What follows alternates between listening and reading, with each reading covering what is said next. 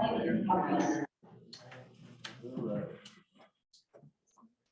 Let's call the meeting to order at 7:01 p.m. We're going to start with a salute to the flag. I pledge allegiance to the flag of the United States of America and to the republic for which it stands, one nation, under God, indivisible, with liberty and justice for all. Please join me in a moment of silent reflection.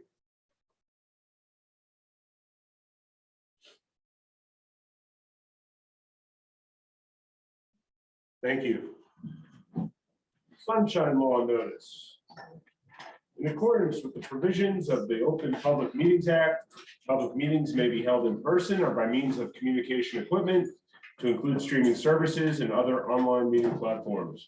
This meeting is being held in person and throughout the Zoom meeting platform being broadcast from Borough Hall, 748 River Road, Fairhaven, New Jersey. Public participation for this regular council meeting of February 27, 2023 is available by call-in phone number or through web conference Zoom.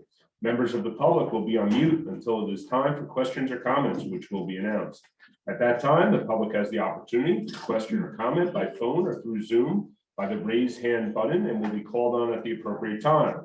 Notice of this meeting was included in a schedule of meetings, which was adopted by resolution number 2023-13 and sent to the Asbury Park Press, the Two River Times, and the Star Ledger on January 6, 2023, posted on the Borough website, the bulletin board, and the municipal building, and has remained continuously posted as required under the statute.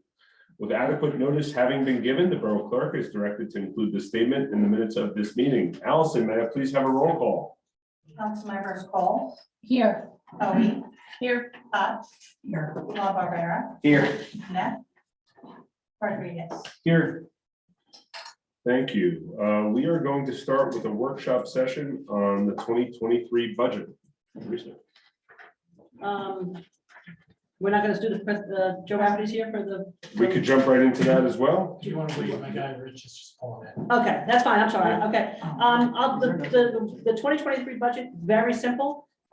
Just so you know, off of our last meeting, discussed the fact that the local finance board of the state was going to review the appropriations cap and consider whether or not they wanted to take certain items outside the appropriation cap based on inflationary pressures, and they did so at their meeting, which was on the 8th of February.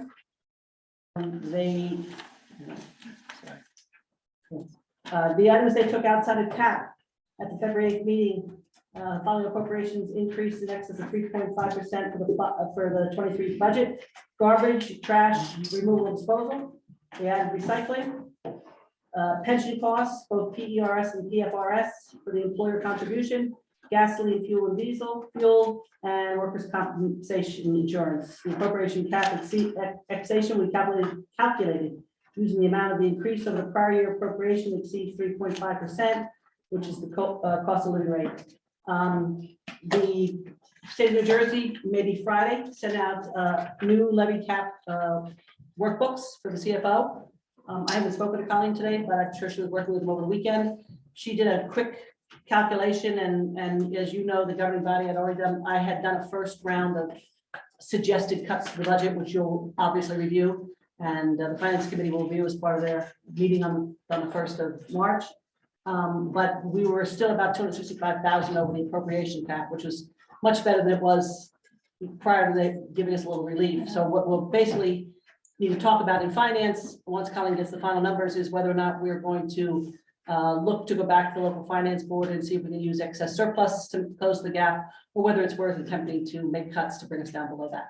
Our meeting is this Wednesday, 3/1. The lady's not here, but we'll have more information for you on the budget and at the next meeting. And so those accommodations helped us get almost $400,000 closer, because it was 618 originally. I did cuts. I did about 207,000 of suggested cuts myself, and then the rest of it draws down another. Yeah. That's great. So we're halfway up the hill, maybe 3/4 way up the hill. We got to get over the top of it, but I think working together with a solid governing body, a solid finance team, we'll be able to do it. The larger question, as we talked about last time, is what we're going to do to take a look at how we're gonna prepare for next year, and that'll be a much more comprehensive discussion, but it's not some, it's the same discussion that's gonna go on in a lot of towns if the appropriation cap stays the way it is. Perfect. And we are, we're very close to being under the levy cap already, if not already under, if not mistaken, at the last round. When will the full governing body have a copy of even in its current form? Certainly in advance of the next meeting. As soon as I get it, a working draft of that budget, and Colleen has the appropriations cap Okay, workbooks done, I'll get it out to the governing body. thank you.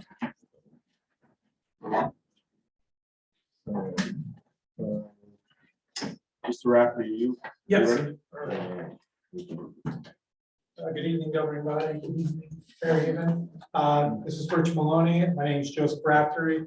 I'm a senior project manager with Colliers Engineering and Design, formerly Mazer Consulting, when this project for the waterfront improvements started, going back to 2017. I believe the report's coming back up online that we have to present for bulkhead replacement at Grange Avenue, Hants Road Pocket Parks, and Batten Road boat ramp replacement. Simply put, there was various grants that was part of the genesis of this project. And I know a lot of time has gone by, but basically just want to give a status to the project, where it stands for the governing body to possibly have a discussion on what they want to do next in regards to it. So first off, the key thing is in regards to design, all New Jersey DEP permits have been obtained for everything that would be done in these three aspects of the projects. So regardless of what goes forward, if any, if all, the work for the DEP is permitted through 2025. So from a budgeting standpoint, that's a key component. Typically, extensions on DEP permits are tougher to get these days. So just keep that in mind for financial planning. When in 2025 specifically, is it July? It would be 5 years from the date of the approval. It's either started with a J, so either January, June, or July. Okay, so it's I not can follow all, up and let you know. not all of 2025, likely half or less of 2025. The permit, Yeah. it's a GP 13 for park recreational improvements. And then there's a waterfront development permit that allows for dredging at that. Check it. So we brought a brief presentation. I know it seems long, but we can scroll through. I just want to hit the highlights for the governing body, and we can come back to it if you have any questions. So this is just the location page. Rich Maloney signed these plans a couple of years back. So it shows the three locations. We can just skip 2 or 3 pages, I believe, scroll through. So just slow. There, it goes too fast. So go back up a little bit. All right, maybe I was wrong. We'll just go each page. So we're looking at Grange Avenue. You can scroll up a little bit. This shows the project limits.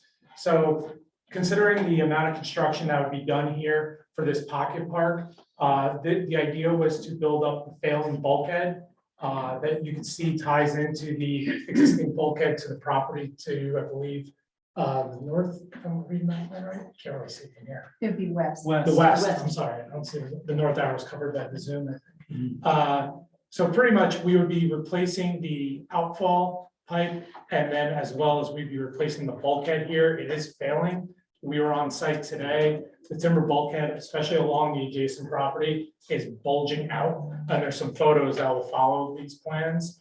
And the idea was to establish a paver lookout area. Right now you have 2 existing benches that look out onto the river. It's very scenic, but the steep decline to the bulkhead is rather dangerous. So the idea was to bring the priority of the usage of this park to be at the top of Grange. And then we would establish some benches, some recycling bins and trash bins, and then reestablish the roadway.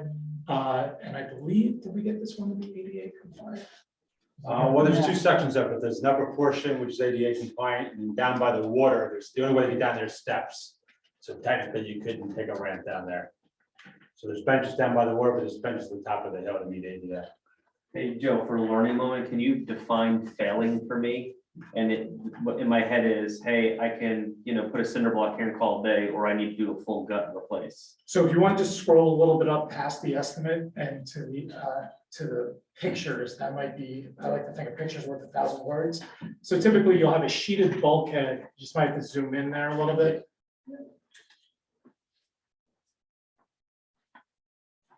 So you can see in the picture on the bottom left is that it is Oh, a yeah. complete washout. And basically what you're having is right now, this is dead low tide at Grange. I was able to walk out about 15 feet. So this area is now a considerable threat in the fact that you might have a situation where you have an emergency on your hands. Where if this bulkhead fails, the outfall pipe that drains the stormwater drainage area for Grange will also fail with it, because that comes through the wooden bulkhead. And I could jump in there. This bulkhead at the end of Grange is timber bulkhead. You go down there, you can see right through it. I mean, what's left, you can put your foot through it. And as it goes out along the adjacent property, you can see it's bulging at the end, and this part is actually collapsed. This is like a stone part of the bulkhead as it first leaves Grange, and then the whole other part. I mean, it's beyond failure from a structural perspective. And this slope coming down from Grange is starting to creep. You'll see some sloughing in the slope itself because the water's washing out. That's why you see that void. Prevent erosion. Right, ideally with. So I mean, this bulkhead has failed years ago. Yeah, so basically as the water comes up, if we've been lucky this winter, we haven't had too many nor'easters. But when you have a severe nor'easter that would hit this area, you're gonna have wave action and water that's gonna come in through the holes of the bulkhead. That's gonna undermine the existing soil there, and that's where it's gonna further erode.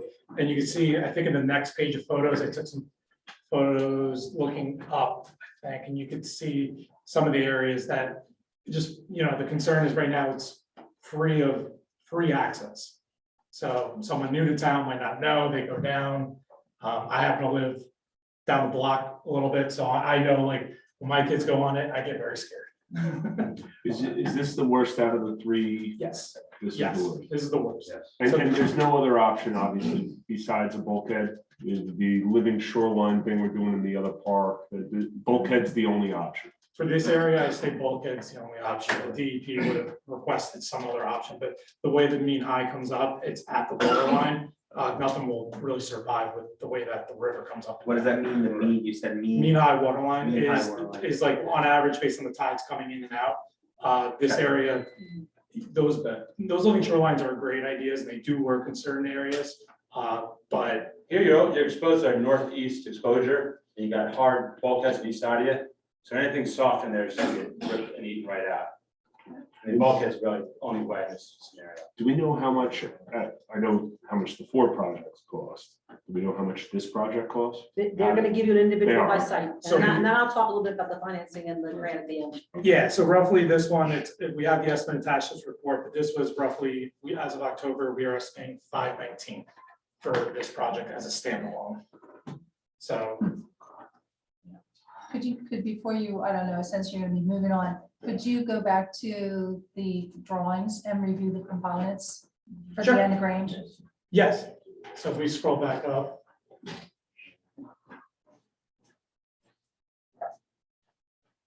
So I think this is the structural drawings. I think one more up with the.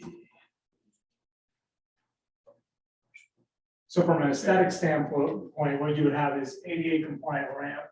And here it would be ADA accessible sidewalk. We were putting in a bike rack here, have a dual recycling and trash receptacle. And then here you would have, I believe it was. This is the ADA compliant benches for the top of the Yeah. hill.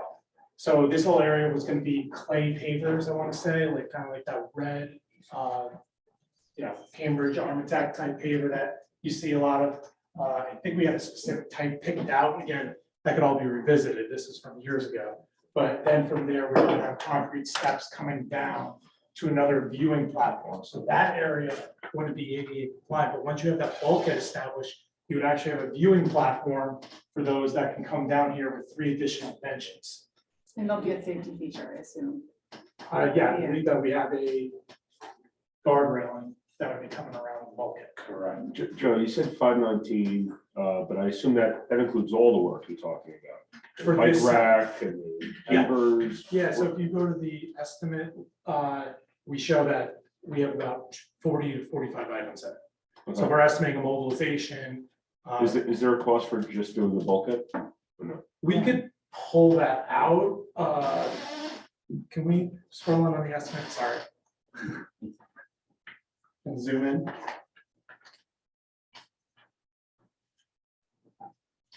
So I think right here we have main cross 289. 289, that's straight for the bulkhead, and then so appropriated other aspects of it, you're probably looking at bulkhead rail, you're looking at 13,000. So you're probably in the 350 off the top of my head, once you get a mow in there, clearing site, Oh, those are the 400. yeah. Doesn't do bare bulkhead.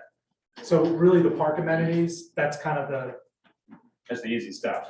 Yeah, after you get the equipment and do the sheeting, the bulkhead, that's where the money is. Once they restore the site, that the benches and stairs are not a big it's deal. not a lot of concrete, it's not like those, the bike racks, $1,000, you know, the trash cans are $1,500, you know. A lot of that stuff can even be done. The majority of this work is the marine work, and then the aesthetics will probably be about 100,000 of the 519. When are these numbers from? We updated these in October, Oh, okay, so. thanks. And once it was clear that the bulkhead needed work, where did the rest of the design decisions come from? I know. I'll take an answer from Joe. I'd like to hear from the professional. My understanding is that there was a open space grant which Mhm. promotes recreation. Mhm. And in order to do these bulkhead improvements, the county was looking to support open space access, basically facilities throughout the borough. And these pocket parks were chosen as, you know, a need for the bulkhead from a structural standpoint, but also an opportunity to provide viewing platforms. For, you know, we have Fairhaven Fields, we have a bunch of natural, beautiful parks, but access to the actual river and being able to look out on that, they basically looked at these three as opportunities to not have it all be basically at the boat, not the boat ramp, but, Yeah, I'm familiar with the goals of the master plan. yeah, I'm asking you about who articulated the design decisions. I'll take that one. We worked with the Engineering and Public Works Committee through the process of the design, who would report back to the governing body when they did their, you know, design, when they did their reports here in the public. And At any point, did anyone engage with the community for any input on the design of, when we applied for the grant, yes, well, when you applied for the grant, this was just an idea. it was conceptual. I mean, it wasn't drawn to the specs that you're seeing here, but the grant itself is waterfront. It's not called pocket parks, it's waterfront access. Sure. And so we did have a public hearing, and Rich took the public through the general concept of what we were doing in each site. I know, a hearing for a grant is quite a bit different than outreach for design, planning and design. As you know, we just went through it. But thank you, that's my question for now. okay. The other aspect I'll just leave with that is that each of these sites are very, very tight and narrow. And because of the steep terrain, the options are very limited to accommodate an open space grant. Can't put a playground in here, can't really do a lot. So basically viewing platform and then the structural marine aspect was really what we're capable of doing here. So if we want to scroll to the next one, I believe that would be Hans. Joe, any idea how long this lasts? The bulkhead? Yeah. Oh, new bulkhead, 50+ years. Okay. Yeah. Okay. We wouldn't have to worry about additional grading or runoff. It would all be captured in its bulkhead 50 years. Okay. Any maintenance? What's the maintenance that's going over those 50 years besides cut grass? Or the green? Well, grass? if we have the pavers and stuff like that, it would just be, Yeah, traditional. Power wash. Park maintenance, yeah. yeah. You don't, do you need to stain the bulkhead or is it like? No. I'm not trying to be funny, right? No, bulkhead would be epoxy coated and it should last. If it's done in the factory and everything's done properly, then it should. But Drew, the pavers don't last 50 years. You said the Correct, any kind bulkhead of lasts. Right. stuff would be traditional. And the park. benches. Yes. Are those things being Benches, used? pavers. Yeah, that's pretty. Correct. I was really concerned with the bulkhead and the maintenance required to the bulkhead, given how difficult the access is and, you know, all of that. So, you know, managing benches, cutting grass, pavers, et cetera, I'm not too concerned with, given that 75% of the cost here is bulkhead. Actually, 80% of the cost here is bulkhead, right? So that's where I'm really ensuring that there'll be limited Just like maintenance. every other park though. Yeah. Sorry. So the next one, this is Hans, and this is where we started with the easiest one, and then it starts to get a little more difficult. So Hans is a very narrow road, and there was a lot of engineering decisions. Some of it was before my time on this project. I know Rich was involved in the structural marine aspects of it, but Right now, you basically have a concrete, what would you, it's not a bulkhead, it's a concrete mast around an outlet pipe. Exactly. It's like a just rock. mass concrete that is formed almost like a jetty face. Yeah, and it's To protect the groomed. shoreline. So right now, there's no safe way down to the beachfront. Today I went down a low tide. It's a tripping hazard, it's a safety hazard.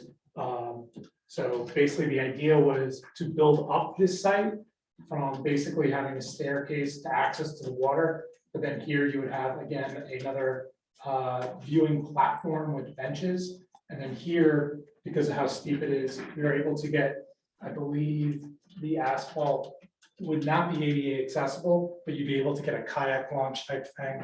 You would be able to have access to the ramp.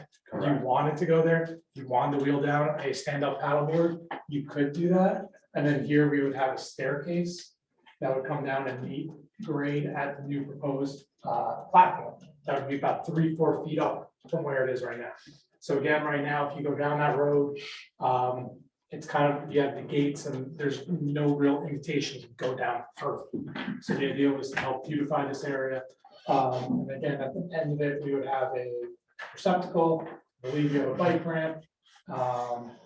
And that's kind of what we'll reconstruct. Looks like there was some sanitary and recently it looks like there were some water improvements. I know this might be part of one of the DOT projects as well. I believe that's like phase 4 or phase 3. I thought I saw that as a local aid road. So here we were just assuming for the purpose of this project that we would be reconstructing the road. But this would be the middle tier of needed. But no bulkhead, no bulkhead. Well, no, we would be installing a bulkhead to tie into the existing bulkhead that's over here. Behind the existing concrete. This is the existing concrete you see today that's sloping. It's very difficult to traverse. So if we want to scroll to the photos, it might be. Just a second, you're assuming you're gonna redo the road, you mean curb on both sides? No, it wouldn't be curb. It would just be, right now, if you go down the pavement, it's a lot of settlement, there's a lot of issues. Yeah, So asking for sidewalks? yeah. Please do. Well, there would let's be a talk about- sidewalk path and there would be stairs to come down to the platform. Uh-huh. And then there'd be an asphalt ramp. It wouldn't, I think I want to say it's 12%. It wouldn't be 8.33, which is ADA compliant, because we just can't make that grade without having the platform be really high up in the I air. think I was asking about something, I may have misheard you. I thought you were saying in the drawing before that you assumed you were redoing the road. And I Well- assumed that that meant the road from Cooney down to the beach. From Cooney down to the Along the beach, that is currently in terms of the estimate that we had for about Right, what's in that work? 334, it would be milling and paving of the road, and then if there's any settlement, having full depth repair. So we were putting 6 inches of TGA, dense grade aggregate, 4 inches of asphalt base level, and then 2 inches of surface course. Practically the same width as the existing? Yes, we And no want to be curb. it. No, I don't think we'd have curb, but we would have this concrete, and then we'd have an asphalt walkway. So concrete stairs, Mhm. and so technically it would be considered a concrete pathway, I guess, if you want to call it sidewalk, but it doesn't tie in anywhere. It's not coming across. You need to go back to the drawing, and explain it. Okay, if we come back up.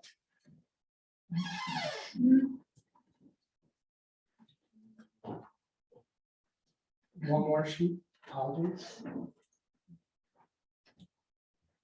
And if we want to zoom in a little bit, I can explain. So right now, this is the existing roadway, which is what people just bike down and get to here. That's a simple mill and overlap. Yeah, so once we get to this area, where this is where it's really rough, there's a pathway to this adjacent household. Just beyond that, we would be putting in an ADA path that would provide some access. And then I believe here we have stairs and Concrete steps. steps coming down. That's what the dots and the triangle hatches. The crosshatch here, So these grade change markings on the site plan show steps. correct, Correct. on the left, on the west side. And on the east side, it would be an asphalt path. So that you could bring down a trailer if you want the bike down. You wanted to bring a car with a trailer for like. No, car no, no. access What to- the envisionment was that if you were gonna park up on Hanson, you were gonna basically bring it down like a kayak on a trailer. And then pretty much you'd have access down to this patio area. It's like a 4-foot wide asphalt ramp. Just on the Because side. coming down on a You can kayak, walk it steps, around on hands. right? And And then walk or bike. barrier kayak trail. A lot of decisions have been made here in these drawings. Yes, that's my understanding. I guess, that I mean, there's a unless- discussion. Unless you live right there, why would anybody do that rather than just go to the public ramp, assuming that that's finished, and launch the kayak right there, because it's much easier. You have to walk all the way here. First of all, there's nowhere to park. And then you have to walk all the way here to get down there. I just don't know why There really the is. broader nowhere to community would do that. But it's just easier to go to the Fairhaven ramp once it's done, assuming it's done, and the Remsen ramp. Mhm. Go straight out. What if This we, is a long path. and what if we That's a did, fair point. I asked you about the last location, you said that bulkhead was in the worst shape. It sounded like you didn't even describe this as a bulkhead. What's Yeah, we going go on to the there? photos, you can see like structurally, it's not going anywhere. It's not a structural failure or anything of that nature. So this location, time is not of the essence in fixing it from an infrastructure standpoint? I would agree with that. Yeah. Yeah, I would agree with that. And the only reason we're adding bulkhead along this line to create a level platform. In order to take a hill, make it flat, we just gotta put. Is there another option? I'm gonna ask again on this. We've talked about this living shoreline. I don't know a lot about it yet, but or is it just bulkhead or leave it how it is? Bulkhead or leave it how it is. At these Well, the locations. kids call this Pirate Beach. I don't know if it would still feel like Pirate Beach with the platform.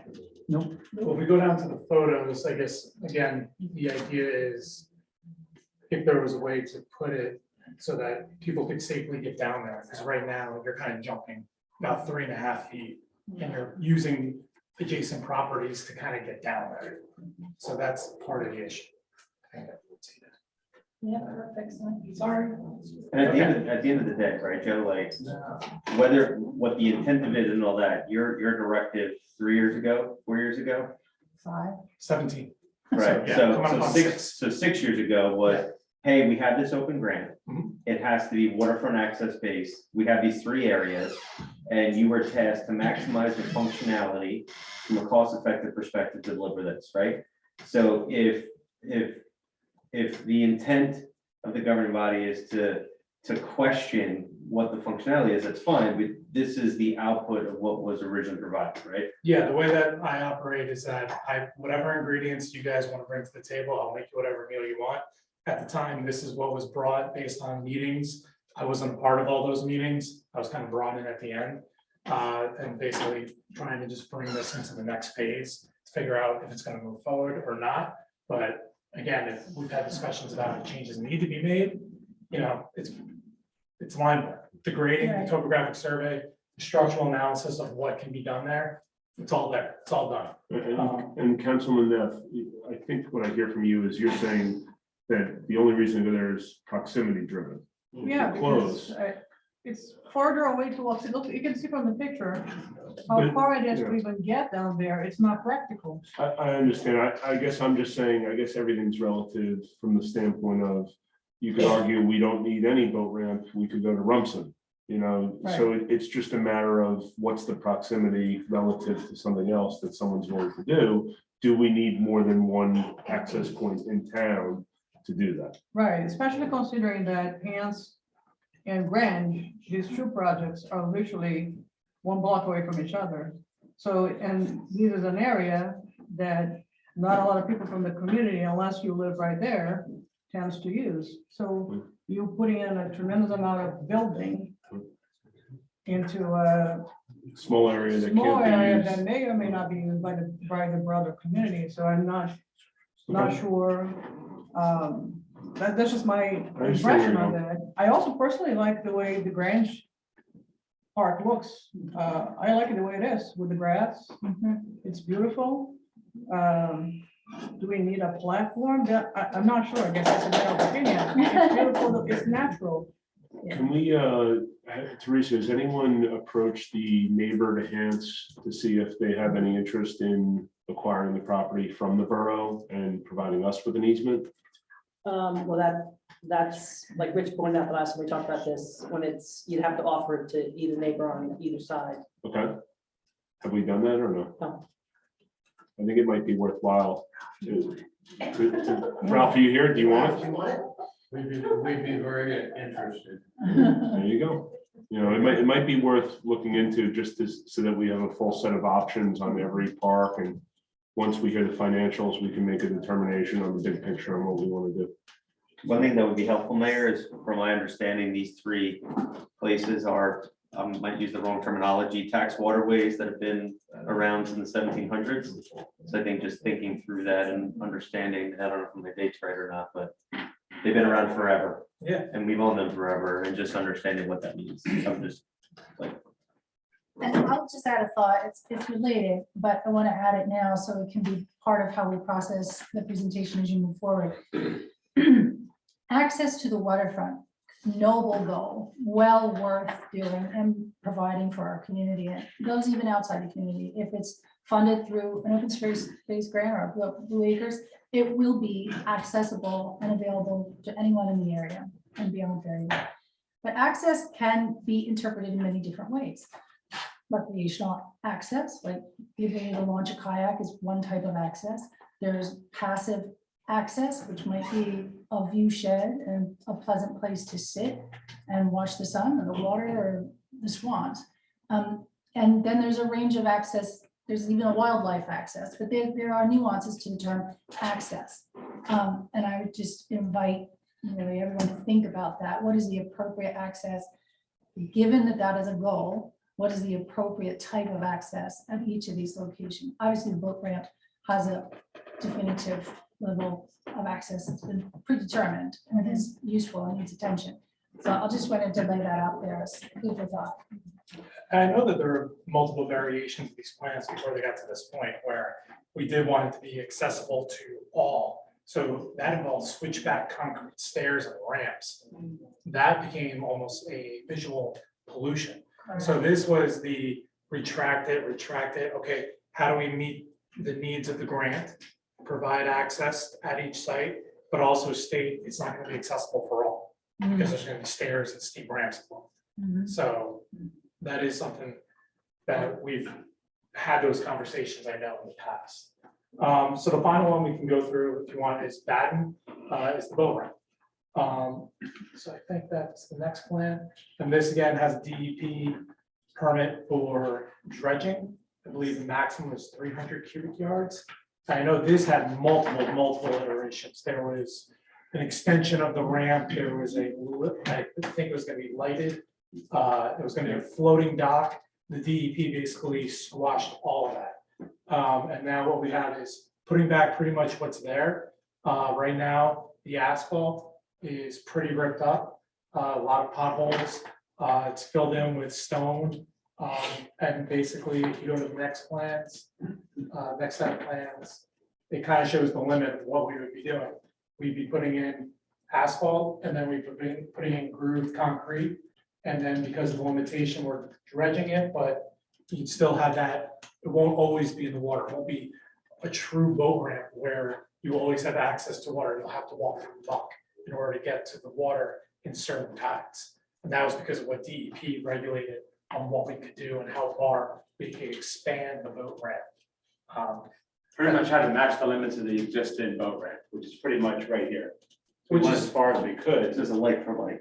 Yeah, and the intent was to kind of make it more accessible and get out to the mean low water line so that you would always have the ability to get a kayak out into the water no matter what, without getting muddy. So this stops between mean high and mean low. So mean high, you see nothing but concrete, but mean low, it's gonna hit mud before you hit water. Hence the dredging, 300 cubic yards. Yes, and the dredging is limited as well. We can only match the dredging of historical dredging that the borough had done Which I before. think comes out to this line, if you go to the next plan. We can only go 2.2 feet below mean low water. So we're only taking out about a foot to 18 inches to go from what's there today. So the failing bulkhead, 519, the middle plan was 3 and change. What's this one? We had this at 180. 180 is about right. May I say, I believe this is the one that the town really needs. This boat ramp, I don't know if anyone here has used it. I have. I lost my water shoes on that one. When the They're gonna find it when they dredge it. If you find them, they're mine. It's in terrible condition, and it was disgusting using it with the pedal boards. Yeah, I happened to be kind of a little tired, but, which was probably the wrong time, but I just want to say this, I just feel that that is an area that for a town like ours, we should have a presentable boat ramp that people look forward to using. And so that would just be my initial reaction, and it also is the lowest cost one to fix. Does it meet the criteria of the grant? Yes, the grant, Monmouth County, when we presented this, we presented all 3 sites.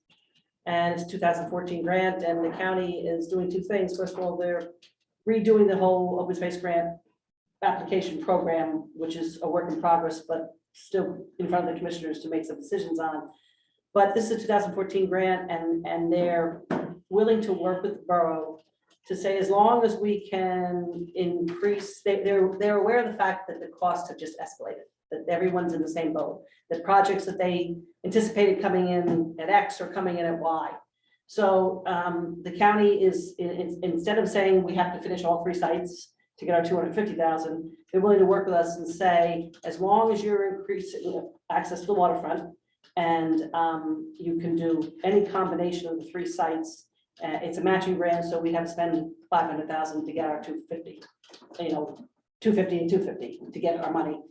They're certainly willing to work with us on that. If we decide then to submit a future grant for another site, we certainly could do that. It was really their latest discussions we've had with them. The borough has authorized, we have a total of $800,000 in bond ordinances authorized for the site. 250 of that was Monmouth County open space money. So we authorized another 550. 150 of that was in soft cost. About 120-some thousand went to the engineering and design. For each location. No, total. So basically and fundamentally, the governing body can pick and choose what they want to do for these plans in those locations, noting that the failure of the Grange site, you could say, well, we're only going to fix the bulkhead and not do the rest of it. But then, you're not going to get your money from the county because they don't care about the bulkhead. They care about the amenities that increase access to the waterfront, the viewing vistas or whatever you're going to add to the top of that. So how do they do that calculation though? So let's say we do the bulkhead only for 289. We do the boat ramp for 180. We've increased access to the waterway, but it's in 2 different sites. Well, the bulkhead wouldn't qualify unless you put the amenities on top of it. Then, So if we they're put not one- paying for if we put it- infrastructure unless it's supporting the parks or the Is amenities. it on top of it. based specifically on plans? I mean, if we put one park bench there, where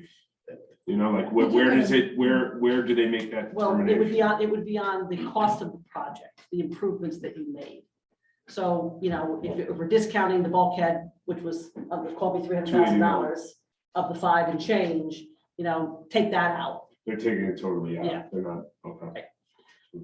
So, you could do it sort of like a Chinese menu. You could do A, B, and C, you could do A and B, but we have to spend at least, 500,000, 250 above the 250 to get the grant money back from the county. Right, but if you do the bulkhead and the 180, you already are at 6 something. Yeah, but they're not gonna count the bulkhead.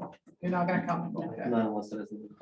But we could do a subset of what's been drawn to provide a more picturesque view from the top of the hill.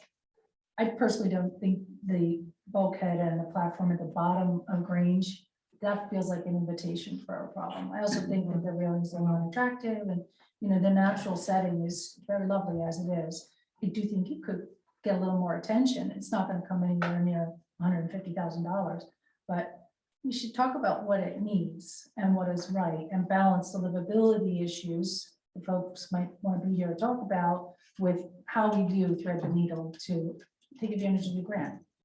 But it's been unclear. So it's a $250,000 grant awarded in 2014, and we're responsible for another 250,000 to get the 250. Right, Matching okay. grants. But we can't include the bulkhead.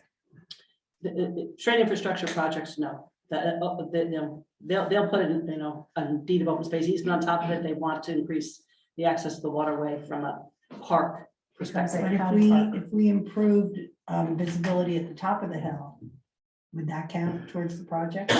Yeah, I'm not an expert in engineering, so, getting my 2 cents on that. I do know the borough's already paid Colliers Engineering to design these plans, redesigning them, the cost involved in that would have to be another consideration. But in fairness, it's probably not Teresa's job to define what the county means by access.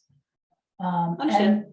But that's certainly something we can explore. It'd be worth it, understand exactly what they mean. I think a picturesque view shed is a type of access to the water. I mean, So- it's gonna just ask, are there other grants that that could help us pay for the bulkhead?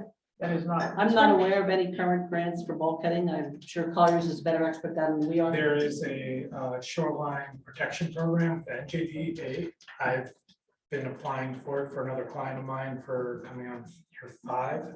The issue with the shoreline protection program is that the money that gets allocated to that is the 25% match that the Army Corps of Engineering requires from the state for beach replenishment projects.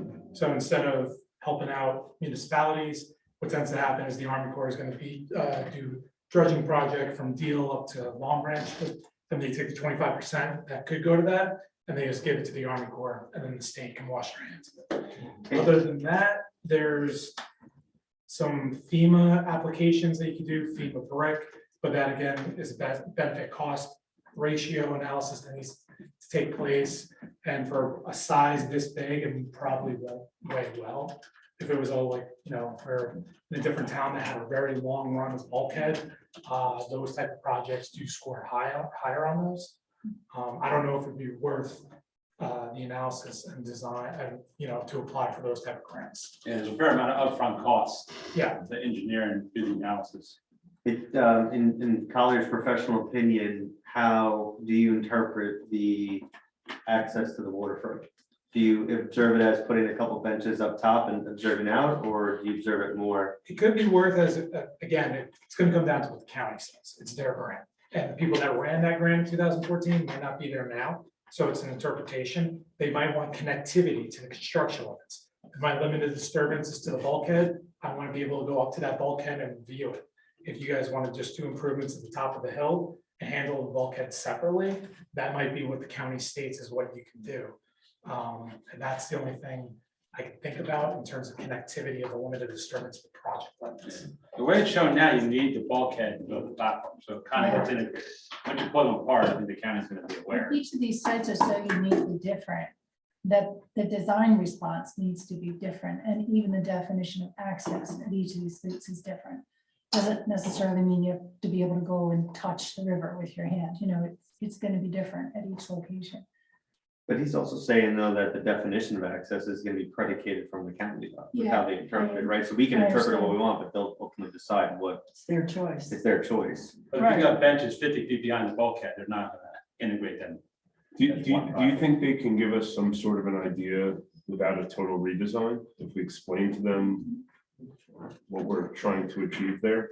Because just simple math, unless I have this wrong, if we're not doing hands and the boat ramp's 180, and we got to get to 250 on improvement on access type improvements, then the only other improvement we have with access is to do for range. But don't forget the 180, it's a match. So you're only getting credit for, 90 of that. Right, but we're not going to get that match unless we get 250 over Right. 250. But I'm just talking about the boat ramp site. Right, You but can't say we got 180 in the bank at the boat ramp. if we just did the boat ramp, are they going to give us 90? No. No, so we got to do them both. That's what I'm saying is we can't even get to the grant unless we get 250 over the 250. And if we're not doing hands, the only way we can get the 250 over the 250 is with based on the numbers they said, is based on the additional improvements, access to the waterway. Yes, you could do just range, call a day at 519 and get your 250 and call it a day, or you could throw the boat ramp in there. I don't discount the fact that you could. Hold on a second though. How can we do that if Grange is 519 with everything? And we were saying that the bulkhead alone was 150. How would we do that? But they're looking at that, if you did that complete project at 519, you'd get 250 from the county. No, hold on. 289 was for the bulkhead, but then they said it got up to 350 But the on bulkhead's integrated with the platform. So it kind of becomes Well, you could integrated. do a bulkhead without the platform. Can you go back to the? Well, then you hands got plan? that different design. But pattern. the bulkhead without, Right is the now, bulkhead without that platform, is that the 289 number? Just raw? 289 nothing is just else? a pure sheeting. Yeah, so It we actually have, costs we more have to to have do the that. rail as well, based on It the, has to be there, yeah. Only right, if so you- that's where you got the 350. If we're putting the new bulkhead on, it's 350 then, not 289. Well, it's probably closer to 400, but because it's Closer to integrated with 400. the platform, Right. they would probably pay for it, but you can't have a platform without the bulkhead under this current design. That's So- why right now it's all integrated together. So right here, what you would have is like your infrastructure plan, if this was just the bulkhead, and you wanted to topsoil and seed it and call it a day, this is what you would have. But Right. again, then, Sorry, that's That's- hands, that's not Grange, I'm that's, sorry, can that's we go, hands. oh, I guess it applies to that, can we go up to Grange? I apologize. It's not a clean break. It's not like There's 300 some of that for money this is current in design. a hybrid. Correct. It's a hybrid approach of the bulkhead and the, not porch, but the patio. So here you have your bulkhead design, that comes out all the way over here. So if you were just doing the capital project, no grant whatsoever, and you just wanted to restore it, leave those two beautiful trees, like I get it. This would be what your plan would be, and then you tie back in, and then you call it a day with topsoil and seeding and filling it. So sorry, that was a good point. What's the plan for those two trees? They would be taken down? I need to go back to the previous plan and see if those are coming. No, on the out. top of the hill, they stay. I think they stay. Yeah, they stay. They're right here. they're Yeah, on either no, they side, don't. so we would work around that. But again, this was the whole, that same bulkhead line that I showed you. The idea was to come back instead of having to be an area for soil to be removed, that we were gonna make it into a layout area, lay down area of pavers. And then with some viewing platforms. Now, again, if you guys want to go to the county and talk with the county and get, I don't know who your contact is Paul, I'm assuming. You know, if you chop this off and you get your bulkhead and you, it sounds like what you're saying is you want to keep this part Yeah. and then bulkhead, Mhm, is that an option? mhm. I think it's a great option if it works. Professionally, I don't have an opinion on it because it's a grant from 2014. From an engineering standpoint, it doesn't, it's easier for me to say that we can put in this bulkhead, we could put this up here. Constructing this, yeah, makes me nervous. Like, I'm not gonna lie, it's tough, but you know, it's doable. And again, you've mentioned public feedback. I don't know. Is it, in the current design, is it, is that gonna be a spot where people are gonna start crabbing off of? Ooh, that's bad. I don't know if you can, I don't know enough about crap. Because the thing is, right now, if you go out there, it was about 3 inches of water at the bottom of the bulkhead today.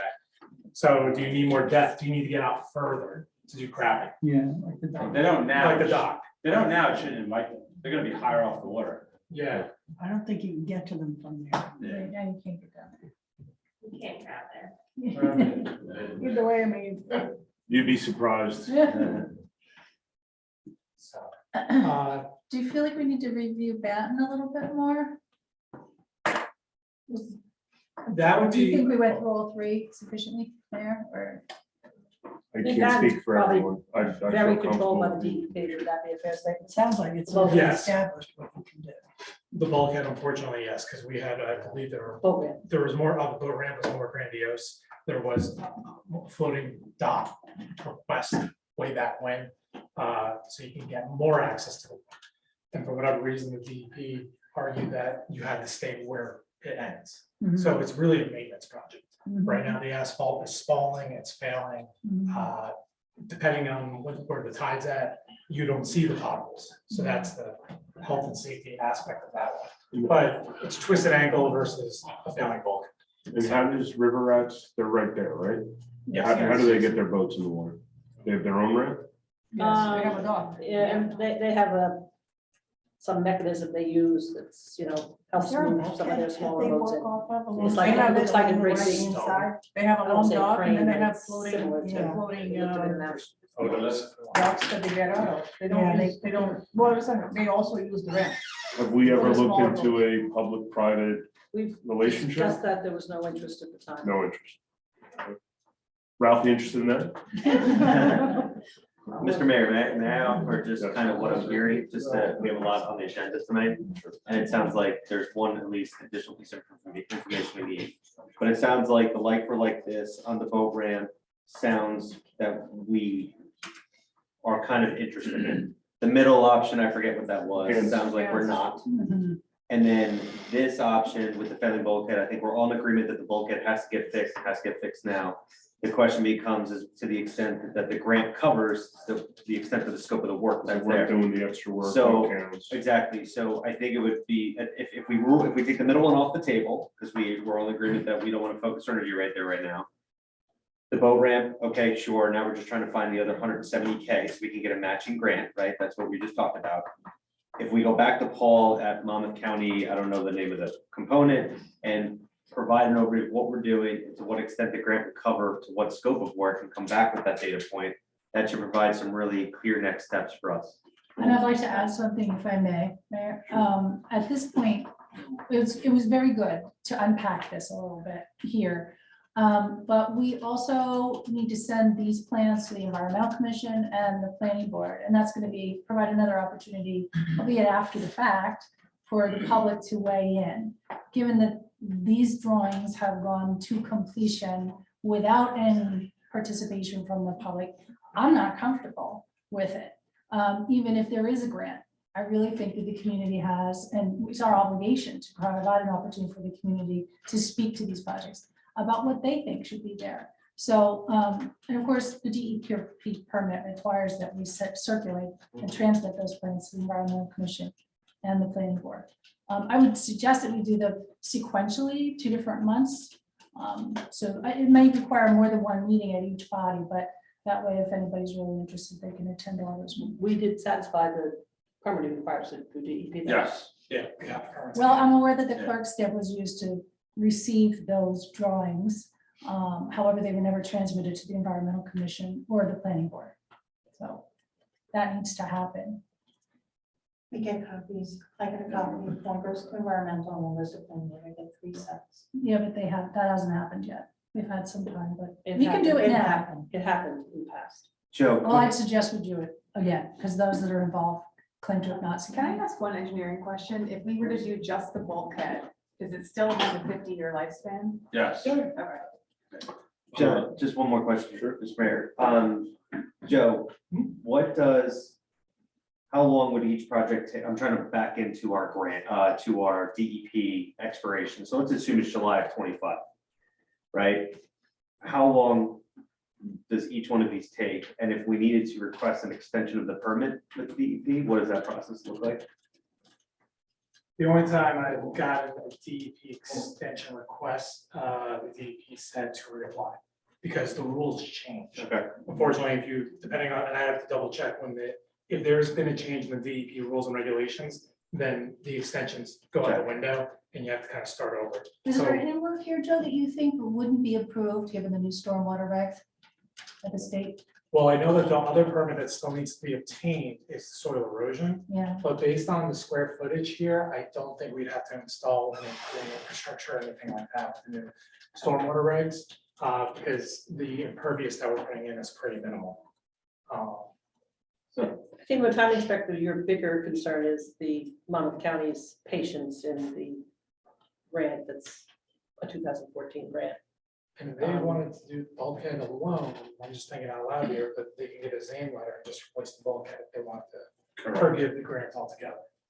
The Zane letter is where you basically state you're gonna put a bulkhead within 18 inches of the existing location and just replace it. oh, okay, it doesn't, So now, again, that would take away from the grant, but from an infrastructure, if, God forbid, this thing, we get hit with a storm and this thing breaks tomorrow. Right. What I would recommend is that you guys call DEP, invite them out there, and you get a Zane letter saying, we're gonna replace this as an emergency contract. Mhm, Because that's what we're going up against, right. basically, at this point with that type of bulkhead. If we put in a new 50-year bulkhead, but we get another superstorm Sandy, something we've never had before, and that bulkhead for some reason fell apart after 15 years, is it covered in any way from an insurance standpoint? Nothing. Now, typically, it's a 2-year maintenance bond on all New Yeah. Jersey public bidding projects. But The way they propose putting steel bulkheads in there, They're not gonna go. They're not into going the anywhere. years. Yeah, Sandy wouldn't take this away. Okay. I mean, I agree with the Councilman Barbera, we should move on because we have all these other things on the agenda, but I think we should go back to this and find out what's the least we can do. Because I feel that it's overly urbanizing Yeah, that little pocket area. It just feels to me like it's just overly done and it's so, You Yeah, I understand? definitely want to I'll get send the feedback. meeting with the county and Rich and Colliers and let them review the plans and offer their comments. Can we also, it seems like it's on a different track now, but on the middle option on Hans, can we just find out from a legal perspective if we wanted to look into a neighbor acquiring that property, what that would entail? Andrew's jotting that down as we speak. He's so good. Mr. Mayor, I just want to ask a question for the group from a decision point. Is there any value, irrespective of the grant, given the failure of the bulkhead, to walk away from the grant?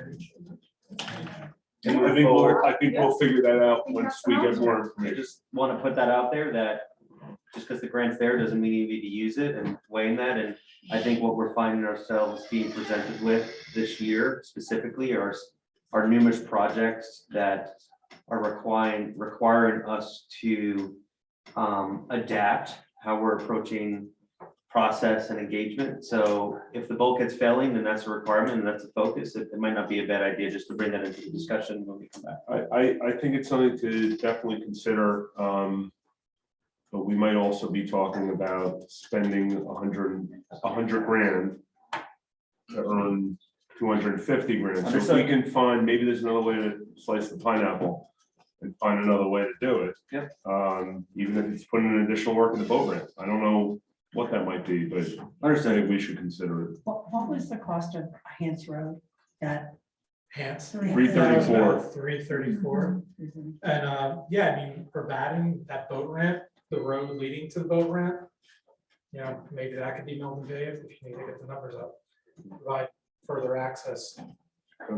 Just also noting that we spent 120, 150K on design, right? Today. So Yes. just we're in we'll be spending. we're in an interesting juncture. Redesign will be, and if you look at what you've already, you back out the grant of the 800,000 in there, you authorized 550, we spent approximately, what's to say 130 in soft costs. So you're down to right around $400,000 of what's been authorized in that bond ordinance. You could replace the bulkhead out of that if you so desire and not do anything else.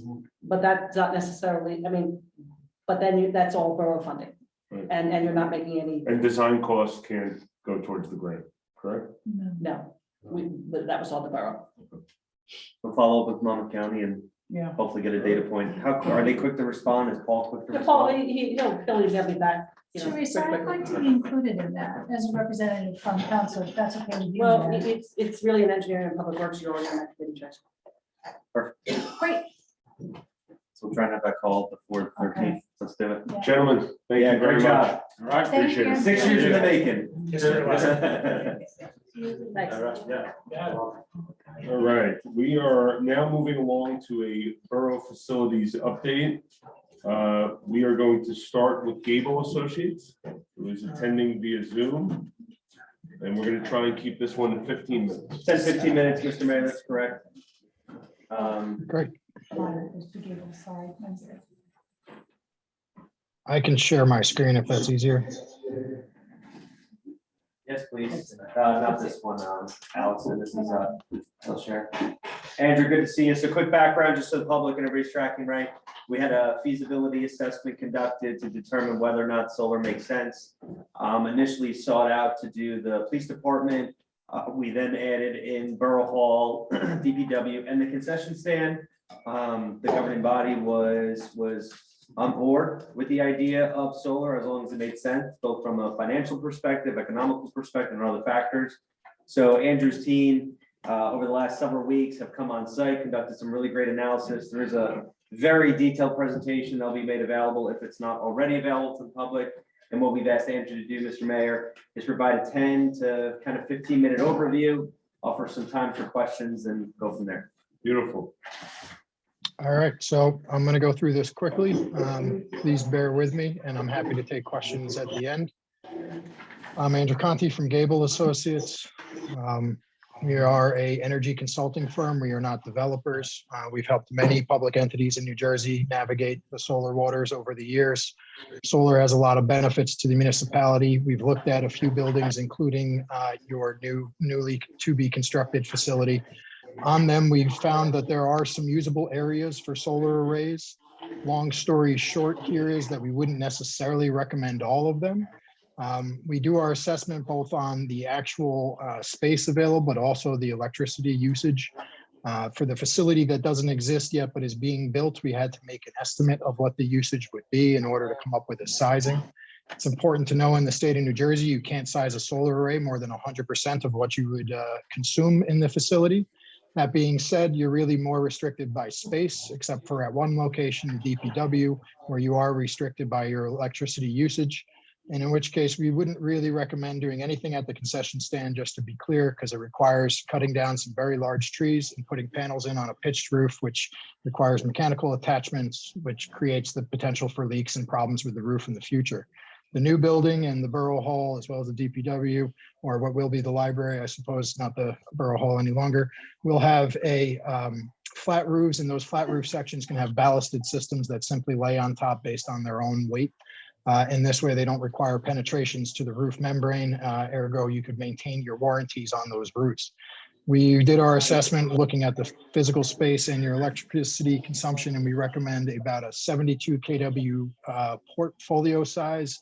That would be 40 kW on your new facility being built approximately, but it's going to change with designs, 22 kW on the DPW building and 10 kW on the Borough Hall.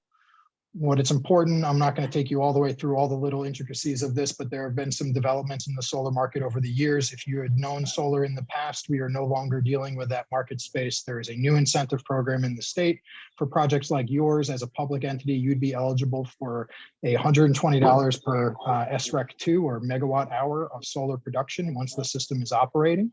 But now, because of the Inflation Reduction Act passed this past summer, you are also eligible to take the federal investment tax credit as a direct payment from the IRS. So you are eligible for the tax credit where in previous years you never were. That makes economics a bit better. Typically, most public entities in the state of New Jersey over the last 15 years have really just done power purchase agreements. Power purchase agreement is a contract method whereby a third party owns the project and is responsible for everything, including the design, build, all of that, and simply they sell you the electricity. What's great about this is there's no capital investments, and as this example shows, there's just savings, and you would still use the same amount of electricity. You would just be buying it cheaper and reduce your emissions from buying it from solar. This requires a competitive contracting process and a lot of time put in. The other option that you have available to you is a direct purchase option. This is where you would bond for the money and go ahead and pay to build these projects yourselves. This might be your most viable option after we went through the feasibility study here, mainly because you can take the 30% tax credit. The only downfall and difference in this case, as far as benefits, is that you will not have a production guarantee under a project you own. You will simply be responsible for making sure that you maintain and operate the project such that you could get your long-term incentives through the SREC 2 programs. A lease option is usually available to projects that are much larger. We don't normally see them on projects about this size. We did some representative economic analysis in order to explain. Like I said, leases are not really a viable option here. Power purchase agreements require an attractiveness for that third-party investor to come in. Unfortunately, 72 kW of projects that are no larger than 40 or 50 kW on any given roof is not attractive to most developers. But in order to come up with a price to compare, or really to come up with an economic analysis as far as how much energy savings you would have, we estimated what your rate would be at the facility and calculated what it was today from your bills. We use what's called a solar price to compare, which is representative of the portions of the bill that will change with solar, which is different from your gross cost of electricity per kilowatt hour. We then compare that to a representative power purchase agreement rate. And because you were so small, if you did go out for a power purchase agreement, you would ultimately be at the high end of the spectrum with a very low annual savings. You can see it represented in the 500 number shown here. The direct ownership model does provide much more economic benefit, but it requires that the municipality go out and bond and pay for these projects yourselves. The good news is, though, that roof mounted projects of this type are the cheapest form of construction of solar. And we estimate the cost initially here at about $200,000. Again, 30% of that would come from the federal government paying you through the tax IRS tax credit that you would have.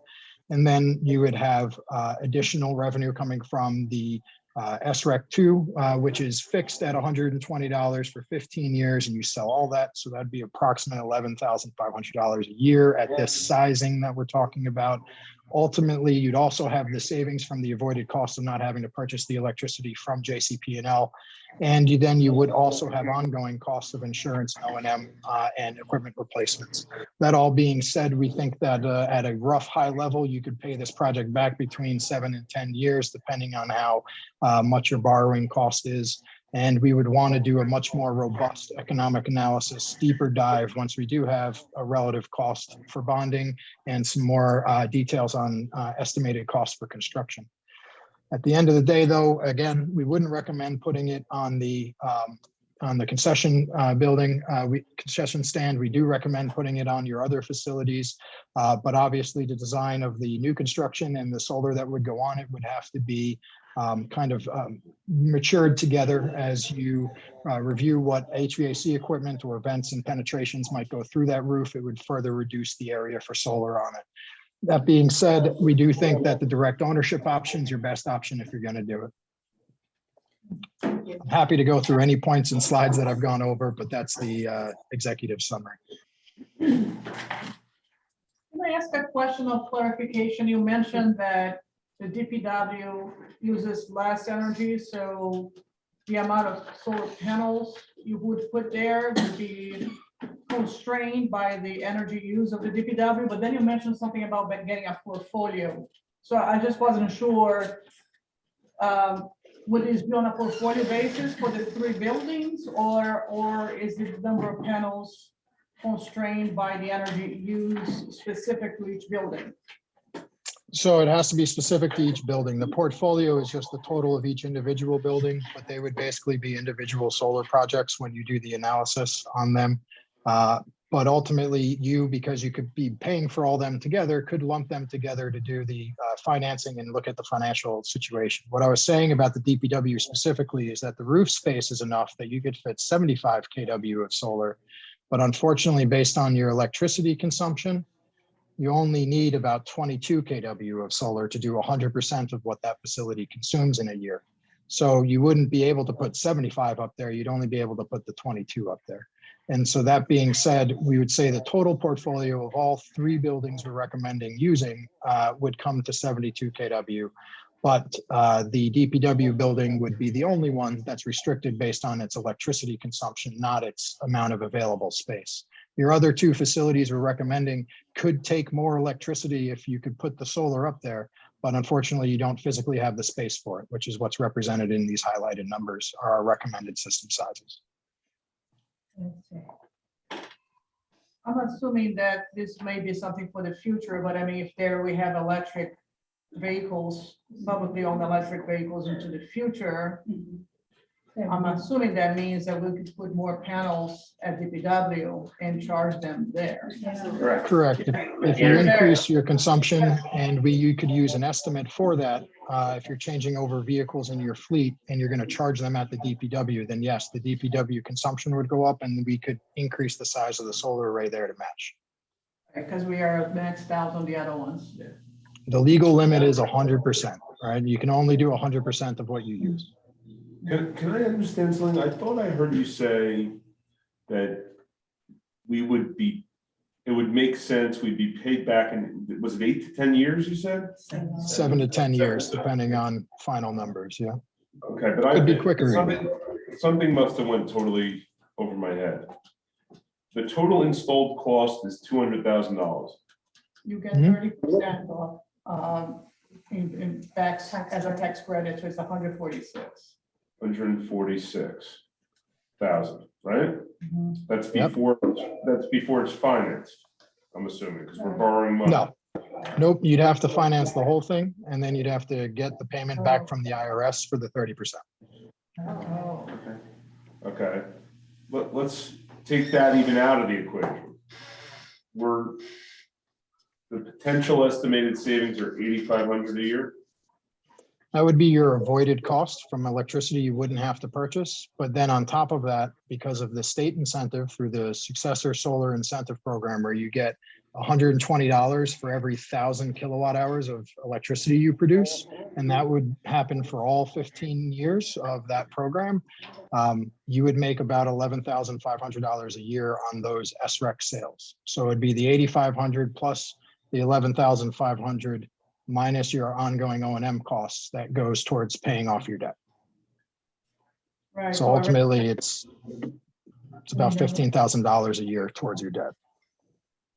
Yeah, it's essentially the same plan as for residential homes, Okay. which I think would allow most homes to get paid off, to get the money back within 5 to 7 years. Are we maybe- guaranteed that those tax incentives are gonna remain forever?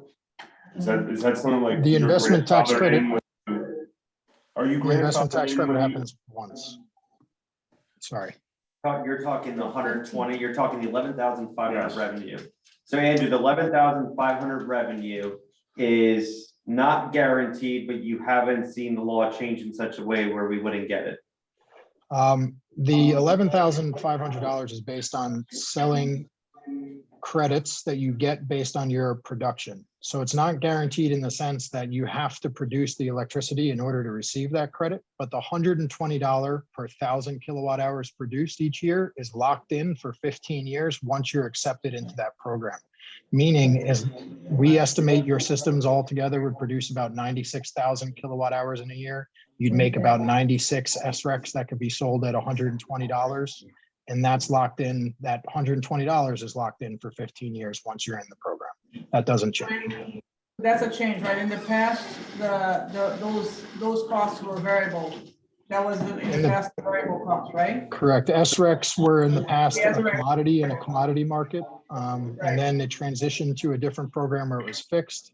And then now we're in a fixed kind of administratively determined incentive value for projects. And you get a public adder. Any other commercial entity trying to do the same project would only get $100 per megawatt hour or SREC.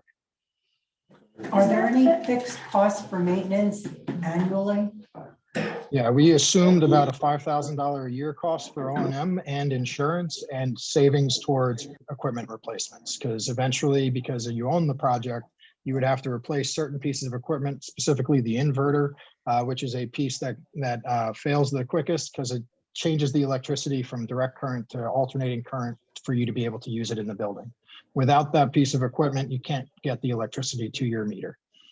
So that takes your 11,000 plus revenue or extra down to 6. 6,500. So what is the life of what is being proposed? Is it 15 years and that's why this tax credit expires after 15 years? Again, it's a performance-based incentive for 15 years, but it's no, the project itself, panels can be warranted by the manufacturer for up to 40 years at this point. The racking system and wires will stay as long as racking systems and wires are allowed. It's stainless steel typically.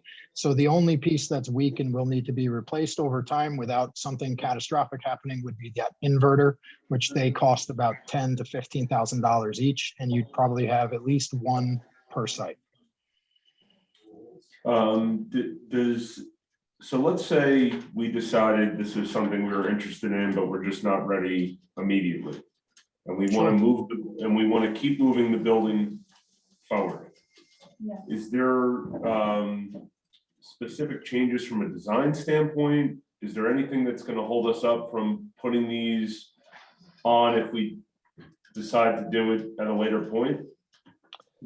No, you would need the building, right? Obviously, either way. So the design would have to, and the construction would have to come first. But at the end of the day, as long as you're not planning on, and based on what your architect has told me, you're not planning on putting an HVAC equipment on the roof. It would only be vents and drains. As long as that's the plan, then this wouldn't change dramatically unless the shape and size of that flat area of the roof changes dramatically. But right now, the structural design, the type of roof and what they're planning aligns with the development of solar if you want to do it at any time. If you recall, the design of the roof is such that whether we decide to put solar on today or later does not change. Oh, okay. So we The flash. continue going forward and that is how we set it from day one. Does it change though from like wiring they have to do No. or nothing? No. What about, does it change the warranty on your roof at all to put solar panels up on the roof? Not with a ballasted system. If you put a system that requires mechanical anchoring to your roof, then yes, it would require you to talk to your warranty holder and they might tell you to go pound sand. But if you have a ballasted system where it simply lays on top of the roof, then the warranty is maintained, which is typically why you want to do this on a roof where you have a warranty in place. Can I just ask sort of like maybe, could we run the numbers so we understand what it would cost us on year 1, year 2, year 3, if we were to finance this over, how many years would that be, 20 years? Mhm. And then we were to get the 30% tax credit, and then we were to get the exerix, the 120 times, the energy used. What would that actually cost year 1, and then year 2, and then year 3? I just think it would be helpful for us to understand. I mean, now from a long-term perspective, seems like a good deal because you were breaking even in 7 to 10 years, and then you have free energy going forward, as long as the panels. Not free energy. Not for you. A reduction for $8,500 a year across 3 sites. Well, It's not 100% energy. it's not 100%, but it's for that amount being produced. It's effective For free that energy. amount. The production of And that doesn't include whatever maintenance, these though, right? solar panels are producing Correct. is free. For Once you break $8,500 even. worth of energy, you get it free every time. For $8,500. After you But you break have to even, spend you're essentially just 5,000. getting After you buy it. free energy out of the panels. I know that the police department needs more, and so does the borough hall, but That's the, right. you're essentially just producing for free. I agree. I think we But all we love hope what the you know about environmental impact of solar panels, but this is a financial, discussion. I think we need more I information. think that's what would be my financially. question, like exactly how much would it cost Yeah. us year 1, year 2, year 3, and going forward? So like we understand the financing versus the timing of receiving the tax. Yeah, I do recommend that the next step be a cash flow analysis like that. That would be the logical next place if you wanted to go further, would be to get some indicative pricing, if we could, on the pieces, and then run that cash flow analysis on your bonding. Andrew, is that inclusive of our current contract? Do we incur any more upfront costs with you on that to do that? I did not build that model for this, so it'd be a whole separate modeling analysis. It wouldn't be much, but it would be a little bit more than what we've already done. Okay. Andrew, I have a question. This is Teresa Casper, the Borough Administrator. I know in the past I've read that there are some concerns from fire departments when it comes to answering fires on buildings that have solar on the roof. Is that a fear that's no longer played out based on changes in the solar panel technology, or is that still something that comes up as a concern on some of these buildings? It's certainly something that still comes up as a concern for certain fire departments, but most municipalities in New Jersey already have solar on many buildings that they have to respond to. So there is a plethora of training on how to go about this. Also, you can design the system with different pieces of equipment that make it safer in a fire or eliminate the ability for a fire to be caused by the panels and then run across the roof or spread from where it sits. There's micro inverters that could go in or DC optimizers that would shut off individual panels if necessary. So ultimately, the safety risk is something that can be designed around and discussed with the fire department. We would want to integrate them in the process either way. Would that increase the cost of the installation if you put those in? Not necessarily, no. It might even improve your uptime, which means if it does increase the cost, you could still have additional benefit from it. Andrew, does it increase our insurance premiums to put solar If you own the system yourself, it may marginally increase your insurance premiums. Yeah. I'll work with Andrew, get a cash flow analysis, Mhm. hopefully try and target it by 13 March if we can. I'll work with Teresa if any increased costs aren't covered by the current resolutions or authorized. Then we'll pause the cash flow analysis, come back on the 13th to make a decision as a government body to do that. Unless, can we do that now without any, we can't do that now without any information in front of us, right? Can the governing body approve to shift forward? Does Andrew have a ballpark on what the initial analysis would cost? I mean, the additional analysis would be $1,000 of time from our end. But I mean, Teresa, let me look at what I know we may have sent an invoice already, but let me see how much room there is in what we build internally versus what the invoice amount is. And there may be enough room for us to do that. I don't want to say no. I think it's worth it for me to look before I say, you should approve an additional dollar amount. Andrew. Yep. Thank you, Andrew. Thanks, Andrew. Appreciate it, man. Good job. All right. Have a good night. Next up, Thank you. You too. We are moving along to Hiram Rule. So, Mr. Mayor, if I may, we worked extremely hard. And many thanks to everybody up here, Betsy, Tracy, Kristen, Teresa, and Iron Gruel for helping us execute and implement a successful open house, 2 components. Upwards of 150 people joined across the 2 events. So we asked Amanda and Susan to be here, provide kind of a high-level overview of the feedback. It was a evolution in the sense of there were strong themes that came out at the first one that Iron Gruel helped to pull out that would then into the updated design and second open house. And that actually afforded us further options to provide additional options to the public with where their preference was. There was a tremendous amount of feedback outside of 35 Fisk Street, I'll call it, which we want to package and keep because it's going to help numerous efforts going forward. And we asked for that raw data. So I'd like to introduce Susan real quick, if I may. She'll provide just a quick high-level intro and then turn over to Amanda, who was here. We had 2 people here. Our other fantastic colleague unfortunately fell ill this evening. So Susan, over to you. Thank you very much. Most of you know me, Susan Gould from Hired Rule and Associates. For those of you that don't, hello. Nice to meet you in person. Nice to see all of you. I'm going to hand this over to Amanda very, very quickly, but I did want to just say that Elena could not make it tonight, and she was at the meetings with Amanda and everybody. And my understanding is they went very, very well. And it was a great effort. And so what we'd like to do is just, I know you've got a lot on your agenda. So we just like to kind of highlight what came out of the meetings and then go home and you can continue. Thanks, Okay. Susan. Thank you very much. Yeah, no worries. Amanda. Thank you. Good evening. I know I've had the chance to meet some of you at this public outreach that we've done, and for the rest of you, very nice to meet you. I'm Amanda O'Leary from Hired Rule and Associates.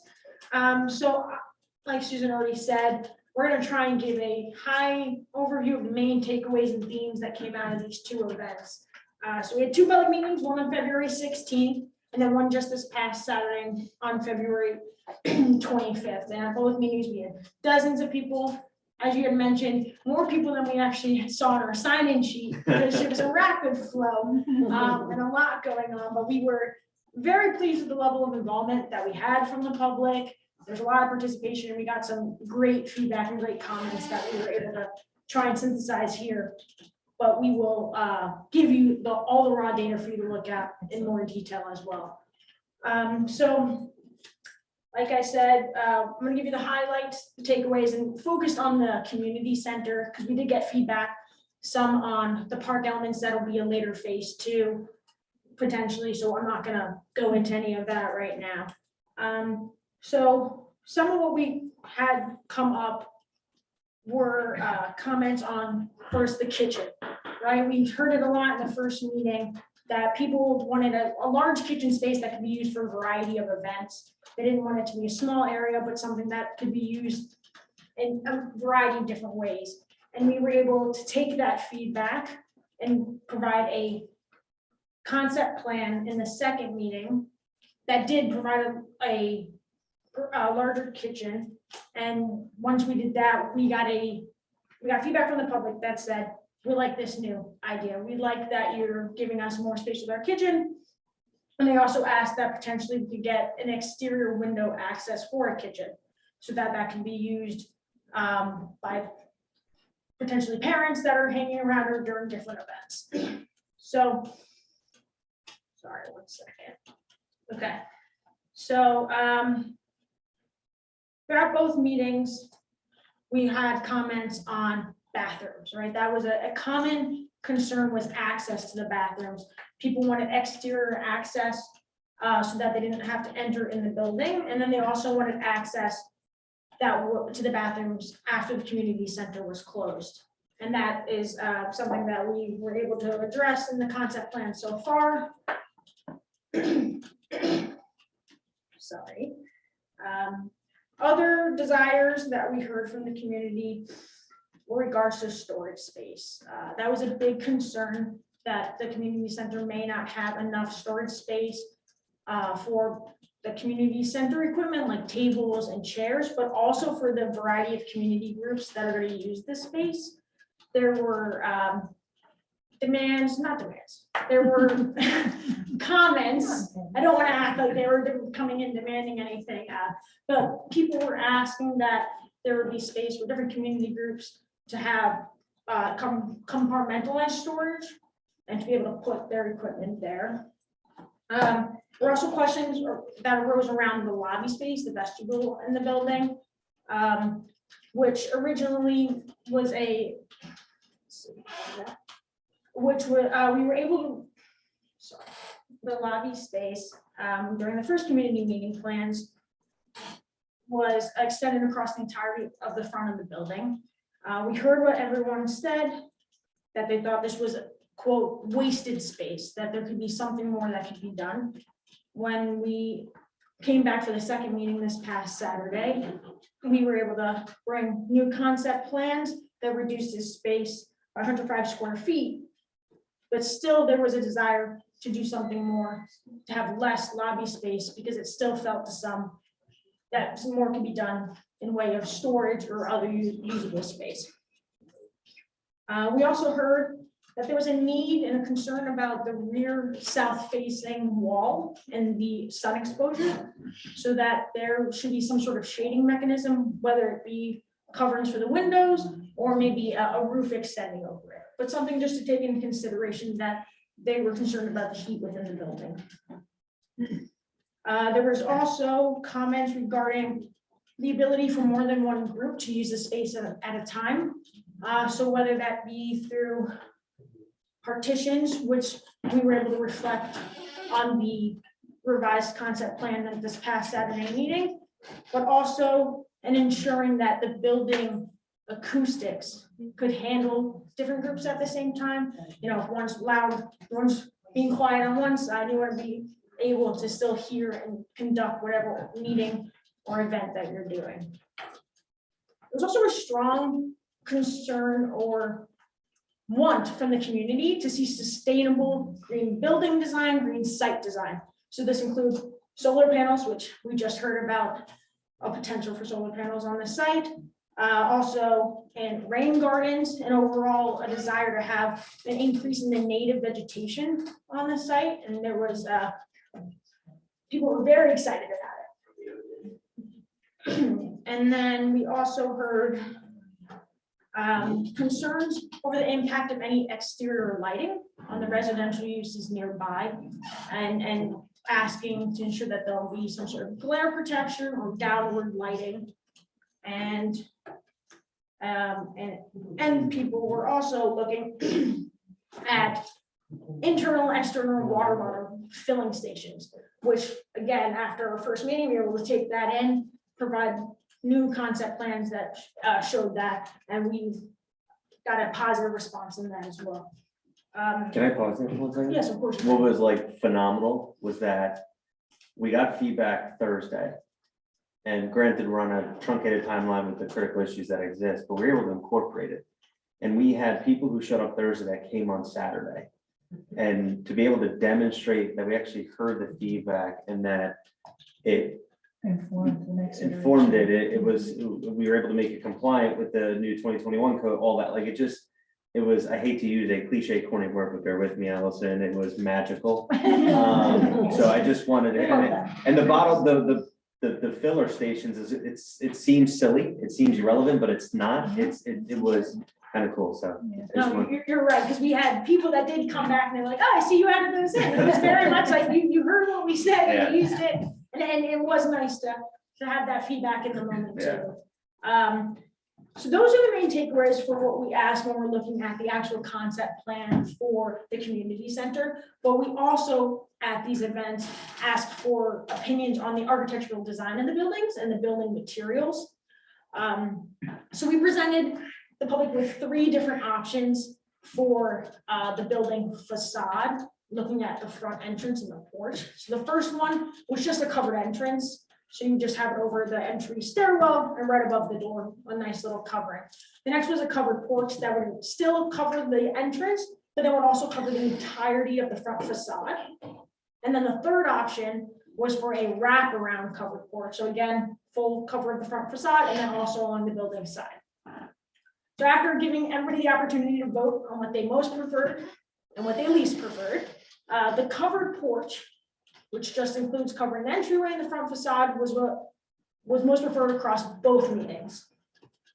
The least preferred choice across both meetings was the wraparound porch. You know, it was contentious, but people really gave us their input and The got a collective good idea. brain. Yes, knows best. exactly. And then beyond that, we also asked for the input on the building material, like I said, which was clapboard or brick siding. And at both meetings, clapboard was the preferred choice. And so those are the overall things that we were able to pull out. But like I mentioned earlier, we got a lot of feedback. It could never cover in one meeting. And we know that there is a lot on the agenda. So we just wanted to be able to give you those highlights of what were the issues that really stuck out, what did we keep hearing over and over, and what seems to be at the forefront of everybody's minds. Awesome. Thank you. Awesome Thank job. you. Thank you. Amanda. Any questions? Nice job. Good? Thank you. All right. Just well done, truly. Yeah. That's fantastic. Moving That's along. wonderful. Councilman LaBarbera. All right. So on that, we're gonna jump into our facilities update. Anybody have to stand up, stretch? Okay, all right. Thank you. Thank you. Thank you. I normally give myself 15 to 22 minutes on this, as you know, so please keep me honest. We got a lot to cover. So I'm gonna start with DPW update. Right, we have multiple facilities that we're talking about here. So on the DPW, this says 10 initial architects. It was 14 architects that we identified to support the renovation of the DPW, ultimately culled down the list to 3. It was based on recommendations from other towns, recommendations from other professionals who had seen this type of work, and a request for information was sent out, really focused on their experience, focused on their ability to meet timelines, et cetera. And these were the 3 that we landed with, not gonna read it. And we have kind of key components that are gonna break this up. The recycling flow, which is huge in the town. Right, the renovation, obviously, the AOCs, right, I keep talking about the areas of concern at DPW, replacing the fuel tank. What's really interesting about the fuel tank that we learned is that it's not code compliant with where it's located, specifically to the fence that it's adjacent to, so it needs to move. Or we need to get a different fence. And then removal of those 6 commercial containers. On the fuel tanks, so we went out to the state contract vendor and the pricing came back very, very high. And what other towns, anecdotally, we have been informed is that they actually do design specs and send it out to bid. So we thought it might be cost advantageous to do that, but even pair that in when we work with the architects. That was part of the RFI. On the AOCs, just like 2 hours ago, CME came in and specifically outlined what remediation has to happen. Majority of it is like site excavation. So like, a 35 by 30 foot area that you have to dig out. If the public recalls, anybody know how many AOCs we were talking about before? 5, yes. We found out today though, that 1 is good to go. So we're down to 4, which is great. So CME went back, looked at some assessment work, and they took it off their plate, so it's a home run. But we know exactly what remediation is required. And we also know what remediation would have been required if we did a complete demo. So we're gonna hand all that to whatever architect we decide to work with and work from there. RMS is the consultant helping get everything ready for the roof, both at DPW and Borough Hall. They'll come, hopefully, targeting the plan on 13 March, so they can bring it to us and we can authorize it. So we can move that along in the process. Fire suppression possibility, right? We all agreed with fire suppression for PD and community center. We didn't get there yet for DPW, but there's things that we can do now to inform the decision. Drew, what are those? Well, they are. We're working with American Water. They're going to do a hydro flow test or hydrant flow test. It's to confirm that the volume and pressure can handle it. There's 8-inch mains surrounding DPW. American Water felt very strongly that we'd be fine, but it's no cost to the borough for us to get this test, so it's being informed this week. And then that was that. Yes. Next slide, please. So really where we're at, kind of some next steps I want to call out between now and the 13 March meeting. We want to come prepared with the 3 proposals of the architect and have a discussion about them and see if we want to select one to move forward. We'll continue to monitor status of American Water and the hydrant flow tests. Obviously, this presentation is old. It says confirm and CME extent of mitigation. That's done. I'll make sure that's given to the governing body so you guys have clear detail on it. Continue the architect process with the end goals to identify an architect and then start talking about what the resident engagement plan was. We want to capitalize on what we just did. And from our discussions on DPW, we know that there was a lot done. We know that there's a POC, on Allen Street, a POC on Maple. We know that there were plans and this, that, and the other, but we kind of want to be cost effective. We still want to, swing that hammer in the fall, but we also have a little bit more time here to engage the community, get the resident feedback and go from there. You will notice that my roof milestones has been updated. We were trying to get the bid specs in February, but timing and whatnot is leading to a push to March. It still looks at April, May roof construction though, Mr. Mayor. And then there's the renovation milestones. We updated the identification of the architect. Like I said, we had 14, took a little wrangling to get some responses. Ultimately, we have a tight deadline that we're looking to meet. So that's why we ultimately ended up at 3. I'm gonna move on. Cool. All right. Okay, here we go. Bear with me. Bear with me. Chief, please chime in anywhere here, man. All right. All right. So planning board, no particular order here. 21 February, the planning board technical and design review committee was selected. It's a statute who identifies who's on it. We're going to look to follow process, obviously, and brief and have Eli briefs, essentially complete drawings, i.e. a capital review, essentially complete drawings to the planning board. We're going to look to target March to do that, depending on a couple of decision points. More to come on that in the presentation. Fire suppression, so we hit this. We're still doing the HFT on this, the hydrant flow test. However, what we found out is on FIS, there's a 2-inch main. It's an end-of-life pipe. Has to be replaced. It's already on American Water's schedule. We're working with American Water to see if they can somehow align their schedule that it fits for us with putting fire suppression in. I'm not going to put any negative energy about timeline out on this. I'm going to maintain positivity. We have some great relationships with American Water that we're hoping that they'll replace the main and upgrade it to an 8-inch pipe. At that point, we shouldn't have an issue because there's an 8-inch pipe on Cedar and an 8-inch pipe on Maple already. So it's just connecting the 2 8-inch main pipes, which is a very big main. So more to come on that, but progressing really well. And American Water is very responsive. BFI. So if governing body remembers, these are the state contract vendors that did Colts Neck, one of the buildings that we toured, one of the TGB buildings. Met with them, began initial programming. They're going to give us a swag proposal just so we can sink our teeth into some costs from a budgeting perspective. And from there, what they would do is then meet with every officer of the PD, people affiliated with the community center, and then put together a true furniture programming. They actually provided kudos to the governing body, bringing in furniture and making that decision early on, because it's definitely only going to enhance the design, which is great. LSRP, all right. 3 AOCs. The drain, there were 2 AOCs around the drain inside the PD. They're coming on site March 1st or March 3rd this week to finish that. They did soil boring, excuse me, tests. And remember, they can only do one side of the tank because the tank was up against. There appears to be no drainage in the soil. So like, that's fantastic. Yeah. They were sending it to the lab to finalize, but their initial testing on site leads to that. They did find that the tank is 2,000 gallons, which is massive. And there's 2 to 2.5 feet of leftover fuel from the 80s in it. Ooh, So that probably appreciated in value. so we'll get to what the next steps are, but that fuel needs to come out immediately. We don't want to tempt fate. If it hasn't discharged out of the tank, we don't want to allow that to happen, number one. And two, our goal and focus is try to have the tank removed when demolition happens, to be really cost conscious as opposed to doing it now. JCP&L, chief is meeting with GCPL at this point weekly. That main pole, if folks know, in the closest to the road on Fisk, can stay during construction. Which is great, because from what I've heard, I don't have a proposal, I think it's like 40 grand to move it.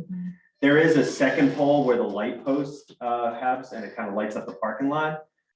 Chief is working to get T's crossed, I's dotted, so when construction happens, that can come out. We don't want to cut the light there too early because we want light in the parking lot, right? You know, so it's going to be a little bit, might be a week or two where there is no light there. Maybe we use the OEM lights or something in the interim, but we're just trying to balance that, that requirement. Bond and Finance will be meeting on this, on March, Wednesday, to discuss funding next steps. We're also having an ongoing review of the previous ordinances. You have to remember these ordinances on what we're doing date back to 2015. We actually look back, so it's 8 years. So it's just looking back at every single ordinance and ensuring that everything is aligned with what we're going to do. Windows, this specifically came up during the open house, so I wanted to address it. It's high performance glass to satisfy the energy code. And then in more detail, low E coating and other specific attributes all aligned with the energy code. Next slide. 2 of 2, parking. So we know parking is an issue. This came up during the open house. And the way we are kind of wrapping our heads around it is 2 components. And I'm not going to do justice, right? One from the north and one from the south, we'll say. So as we build out 35 Fisk Street, we're adding additional parking spots in that footprint, right? We're tracking that. I think it's a net 4. That includes the handicap, that includes the electric charging stations for future scalability, et cetera. The offsite improvements on Fisk, right? We're making offsite improvements to extend the curb to add more parking there. We had an initial discussion with the Reverend of Fisk Chapel, who is both on board with short-term parking solution, i.e. using that lot during construction, but then also a long-term solution. And what we talked about, and this was direct feedback from the first open house, was ensuring that a pathway exists in such a way where the kids are not going to cut through the parking lot if they're parking at Fisk Chapel. So all those components are being baked in. On the Fisk Chapel house side of the house, we're going to be briefing to have a specific board that the Reverend wanted to go back and talk to. We're going to brief them. They also welcome the opportunity to work on the landmark, which I think is great. We're waiting on the historical assessment of the landmark and the significance of the site. Fisk Chapel is going to help with that, which is fantastic. IT engagement, bottom line, we're working with our IT administrator, right? We like to have those gut checks where we hear from one professional, but we just like to validate from another. That's our IT administrator filling that role with us. It's already tracking. We're good from that perspective. TGP is also preparing all the contract documents for all the technology aspects. Construction code official met with them. There's ongoing discussions, right? We're trying to do as much as we can in parallel to avoid redesign, avoid rework, and so far we have. This gets to the code compliance of all the new codes. This gets into the layouts, you name it. So Nick Fabiano and Fred have been absolutely fantastic. We'll continue doing that. Noise ordinance, just researching this. If the HVAC outdoor systems we're using trigger us to revisit our noise ordinance, we will. Code analysis, gonna skip that one. We've already covered that on the construction code official site. All right, site remediation. So we're in the middle of trying to generate some type of cost, right? It's estimate at this point. However, we're going to assume that any of the dirt or site or filled, or if you want to qualify it, that's excavated, isn't usable. Should be, right? But we're not going to make that assumption. We're going to assume it's not. So we're going to bake in a worst case scenario into the cost specific to site fill. And then outline specs. This is another standard set of documents. So what I wanted to ask is, there was a resident, very experienced resident during one of the open houses, said it would be beneficial to take documents like the outline specs and work with our council just to confirm, I'm gonna say T's are crossed and I's are dotted. So is that something, I just wanted to raise that specifically here. Can we pass documents that we're getting on this project that are of legal significance and send them to you? Send it to us? Yeah. Yes, absolutely. Perfect. Okay. That's something that we didn't bring up in the open house, but that was something that came up. Like, you have all these documents, you have council reviewing them. The outline specs, the code code analysis, right? All these other kind of substantive documents that are going to feed what I'm told is going to be hundreds of pages of construction documents. Yeah. So it's just making sure the foundational components are good. All right, moving on. Next slide. So just go back to the open house summary. We kind of hit it. 2 open houses, number of people, kind of summarize the feedback just based on what Amanda stated. I want to highlight the second bullet from the bottom. That one key item was raised on the multi-purpose wall there, and then upgrading the community center fields and also the surrounding recreational area. Right, if we go back to like phase 1 versus phase 2, right? What do we have to get done now versus what can we get done later? Needs versus wants. It was just a big one, and Kristen and I have some follow-up on this that we're going to be doing diligently. We'll provide updates. We don't have enough to talk to right now on this specific item. There's about 4 years of history we have to go through and digest, but it's something that we're going to be shifting towards. Next slide. So wanted to spend some time to, just for the benefit of the doubt of both the public and the governing body, of kind of how the community center evolution has occurred. And it's been multiple steps. So step 1, left side, step 2, you'll notice kind of the requirements changing. This is based on feedback that we're getting. Then we get to step 3 and step 4. You start to notice how the lobby shrinks. Lobby is a code compliant. You need a lobby in a community center. Did I know that? You start to see how things shift. You start to see, hey, there's bigger kitchen, there's bigger storage. Oh, now there's a partitioning wall. And you start to see kind of different components move forward. What we ultimately ended up with, we kind of showed 3 versions to the open house this past Saturday. And this was the version that was selected as most preferred with the least amount of feedback. Oh, sorry, next slide. Oh, wow, I'm using my thing. Next slide, sorry. Here's step 3, step 4. So you'll notice, right, what I was just saying, the lobby gets smaller. Kitchenette, I need to stress this, everybody's tracking. Yeah. We do not want to trigger our kitchen to be a commercial kitchen. That will cause Department of Health and all these other requirements. So we are calling it a kitchenette. And we confirm that we will use an electric stove. An electric stove does not need the exhaust pipe, hood, etc. And that's really important because that's a very, very fine line to trigger into the commercial world.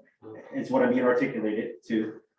Step 4 on the right, again, some more tinkering, kitchenette, storage, shifting the bathrooms. There's a tremendous amount of considerations. Next slide. I'm sorry, that partition is movable? Yes, ma'am. Yes. Yeah, because the public was like, hey, how do we ensure the space is big enough if we want to have a big event, but small enough that we can have 2 things going at the same time? That's like a hard needle to thread. So the idea was a partition, obviously like acoustically friendly, like having a certain height, right? That makes sense, not just like a random wall that you put out. Next slide, which is step 5, perfect. So we gave the public kind of different versions, and this is where they landed as far as what they like the most, as far as what they assessed kind of met the mark. And there's a few important pieces to call out here, and I'll tell you specifically what they didn't like and what we've already refined and then refined, because we want to shift into the design development phase based on our schedule. So the design ensures the community center is not encroaching as best as possible on the setbacks on the east, south, and west sides. So if you think of where the tennis courts are, tennis courts and basketball courts, right? That's 2 of those 3 sides. And then if you think of Fisk Chapel right here, that's another side. The original designs that were showed on the first open house were a very long rectangle. So we were really getting really close to those lines. It just didn't make sense. And the public outlined that. They're like, you know, hey, have you thought about this, this, and this? So like, all right, let's go back to the drawing board. So this ultimately shrunk the building left to right, or east and west, and just made it slightly longer north to west. But we had plenty of room to where it fed into the parking lot. And that decreased the setbacks. And that's something that we're being really cognizant of, because just because we're a municipal building doesn't mean we just let the zoning ordinances go out the window, even though we don't have to quote unquote abide by them, but we're trying to, we want to, right? They're there for a reason, right? You know, police department's fully compliant from a setback perspective, and it's in line directly with all the other houses. The roof line here is specifically simplified from an economical impact. And then there's also the continuity. We didn't want this to stand out, right? We wanted it to blend in. And that was a lot of feedback from the residents, was residential friendly, as Ray heard on the porch, you heard on kind of the clapboard components, all of that. The biggest feedback here was the ladders. So if you guys, can you guys see the ladder components in the mechanical electrical rooms?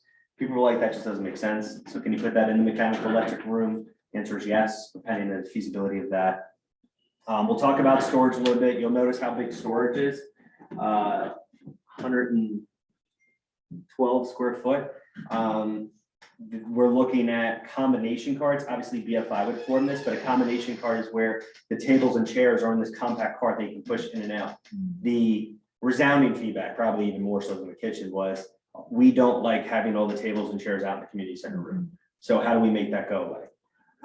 The whole aspect of storage did come up for other groups, and you'll see some feedback in here. We have over 20 groups that use this. So either we need to offer storage for all of them, or we can't offer for all of them, and we need to kind of figure out an alternative solution. And we'll get into some specific components. Next slide. So I want to go over some specific questions here. I'm trying to go quick, guys. I just don't want to go over. You're doing great. All right. So the ladders we hit, right? I'm not going to spend time on that. Is it more advantageous to have the restrooms adjacent to each other? This was a 2-story building. The answer is yes. Because it's a 1-story building, the way it's being designed, the answer is no. And I'm not going to get into all the details there. If there's additional follow-up questions, we want to get more granularity on the why, we can. Is it possible to add a drain in the handicap bathrooms and shower head to use at a future date? So the short answer is yes, but there's something that we give up, right? So the code requires floor drains, but the minute you turn it into a shower, it has to make the ADA compliance at the shower. That then automatically means we lose 3 feet off the kitchen, 3 feet off the storage room. So the thought process is, are we willing to give that up? And I defer to the group on if we are. My personal stance is I don't think it's worth giving up the 3 feet, but welcome feedback from the group. The drain will be there, but we just don't have enough space to make it an ADA compliant shower. Is it possible to add a baby change station? Yes, this was actually quite, what's the word? You were there. Yes, the answer is yes, it's already in the designs. You heard the lighting, can we add a canopy? There's already a 5-foot overhang already baked into it to prevent the sun coming in. Another requirement that's going to be built in, we'll talk about in a second, is blinds. Whether they're automated or not, we'll have to figure that out. But there will be blinds that you can put up and down. Bottle filler recessed streaking fountains, the answer is yes. What is the cost difference? This was phenomenal. Love this idea. So the idea was, hey, what if we were able to open up the back wall that's facing the tennis courts, right? Like open it completely up, south wall, exactly. Someone raised like aluminum folding patio doors. There's actually 3 options. Aluminum folding patio doors, almost I'm gonna call it like garage doors, and then there was a 3rd component. So where our head was, hey, these make sense, one of them does. Let's cost it out and then let that ultimately inform what we do. But at the end of the day, we're all on board with, Natural Light wanting to kind of move forward in that direction.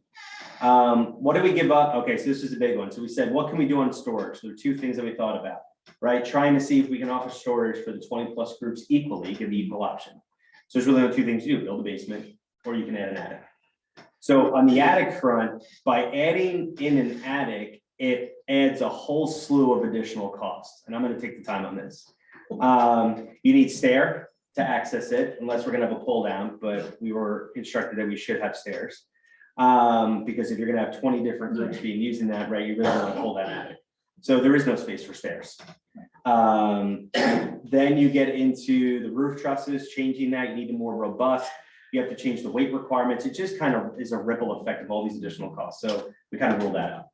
Then I went to the basement, and I don't have an exact dollar amount, right? But I went to the engineer and I went to the architect and was said it's significant increase in cost. I've heard dancing like nobody. Wow, Siri. So you're dealing with site excavation materials, access stairs, lighting, HVAC sprinklers. The code also may require an elevator, right? So it was almost like a reverse of what we did with the PD, right? We Yeah. started with the PD and went the other way. It came up, I wanted to address it. It is, if we had unlimited money and a huge site that we can work with, we could, build whatever, but we can't. There's a give and take here. Outdoor hose access, this was a requirement. There will be 2 hose, I've used the wrong term before, bibs. Yep. I'm being told. So we just got to figure out where we want them, but bake them into the design somewhere. Obviously there's prime location. I'm not going to put it next to bushes, right? Maybe in the back where people, are hanging out on the patio. Next slide, please. Some other questions, right? I'm trying to hit everything. Bathroom access, it's going to be made available to the public. What that's going to look like, is it dusk to dawn? Is it 8 a.m. to 6 p.m. Monday through Friday? I don't know. And that's something I think that we'll work with the director of Parks and Recs, we'll work with Chief, right, to understand what that looks like. But at the end of the day, there'll be access. And we're trying to talk through, do we have some type of automatic technology that automatically opens and closes that? So more to come.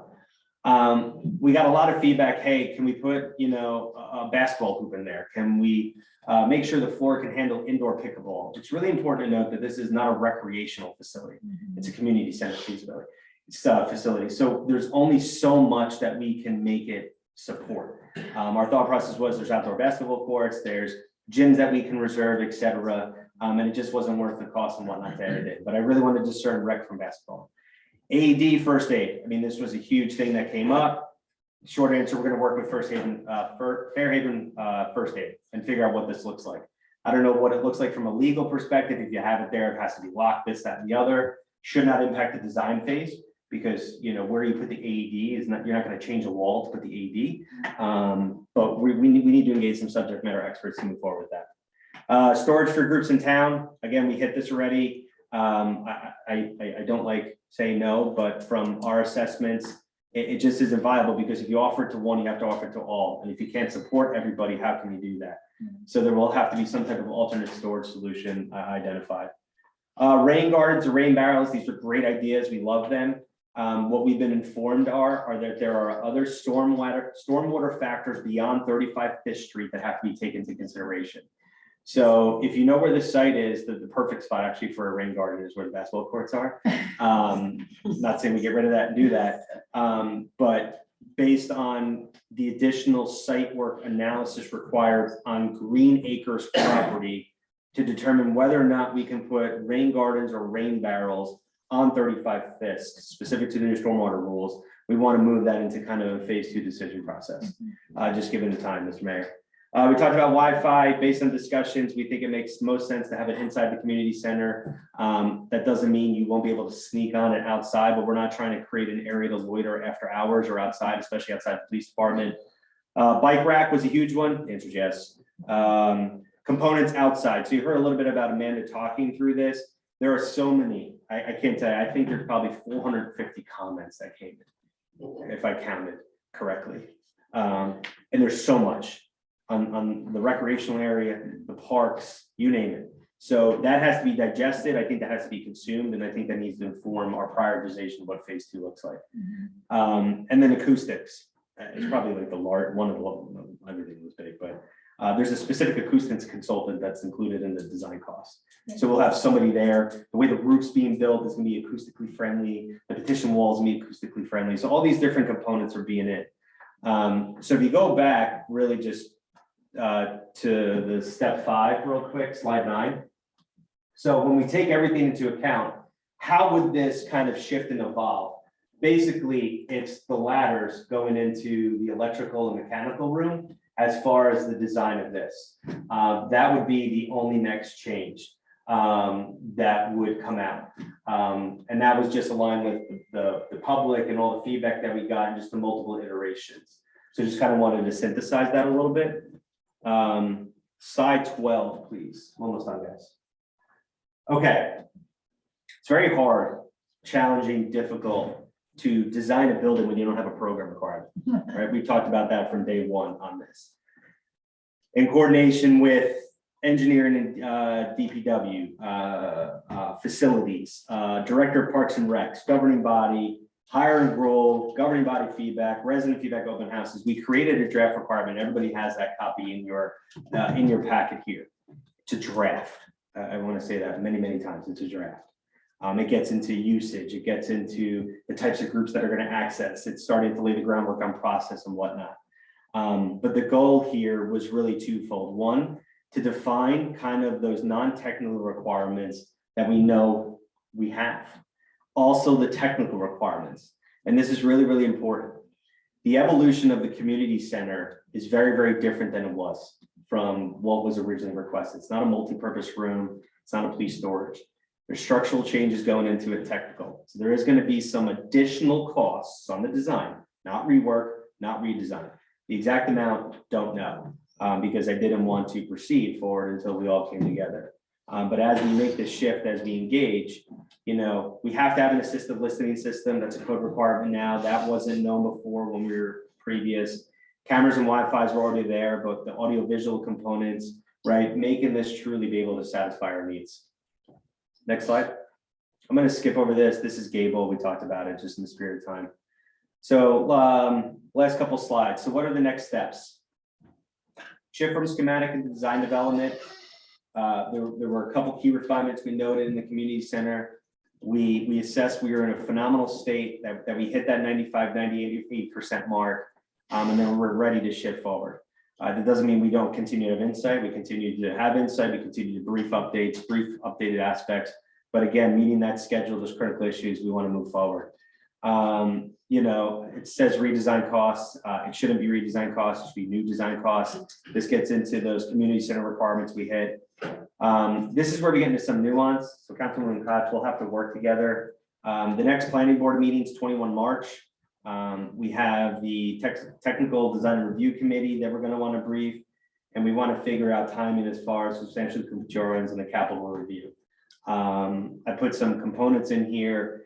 There's a couple different scenarios. We can request a special planning board meeting in early April. We could try and meet 21 March deadline if we can, you know, get approval or blessing to give them to the planning board only a few days in advance as opposed to 10 days in advance. I don't know what that looks like, but it's something I'm gonna have to work really closely with you on as liaison of the planning board. We're gonna tour one more PD. There's another TGB building chief, I believe it's Union Beach. We're in tour. We just want to, yeah, we want to do just one more. We just want to see what another Goldstein partnership project looks like. Is there any other things that we're not tracking, not aware, right? We're shifting into this design development phase. Is there anything that they might have, et cetera? I think it just would behoove us. We want to work with the borough's community tree expert just to review the trees that are going to remain. We want to initiate the process, like I said, with Chief and JCPL in that second poll while. Continue working with Fish Chapel, generate a parking analysis, finalize the components of the kitchenette, and then work, this is what I was bringing up before, work with the borough's attorney on remaining project documentation. Next slide. One thing that came up, and this is something we're going to run to ground, there's really, I just want to make sure, again, in the spirit of transparency, if we can have our town's technology vendors install the technology.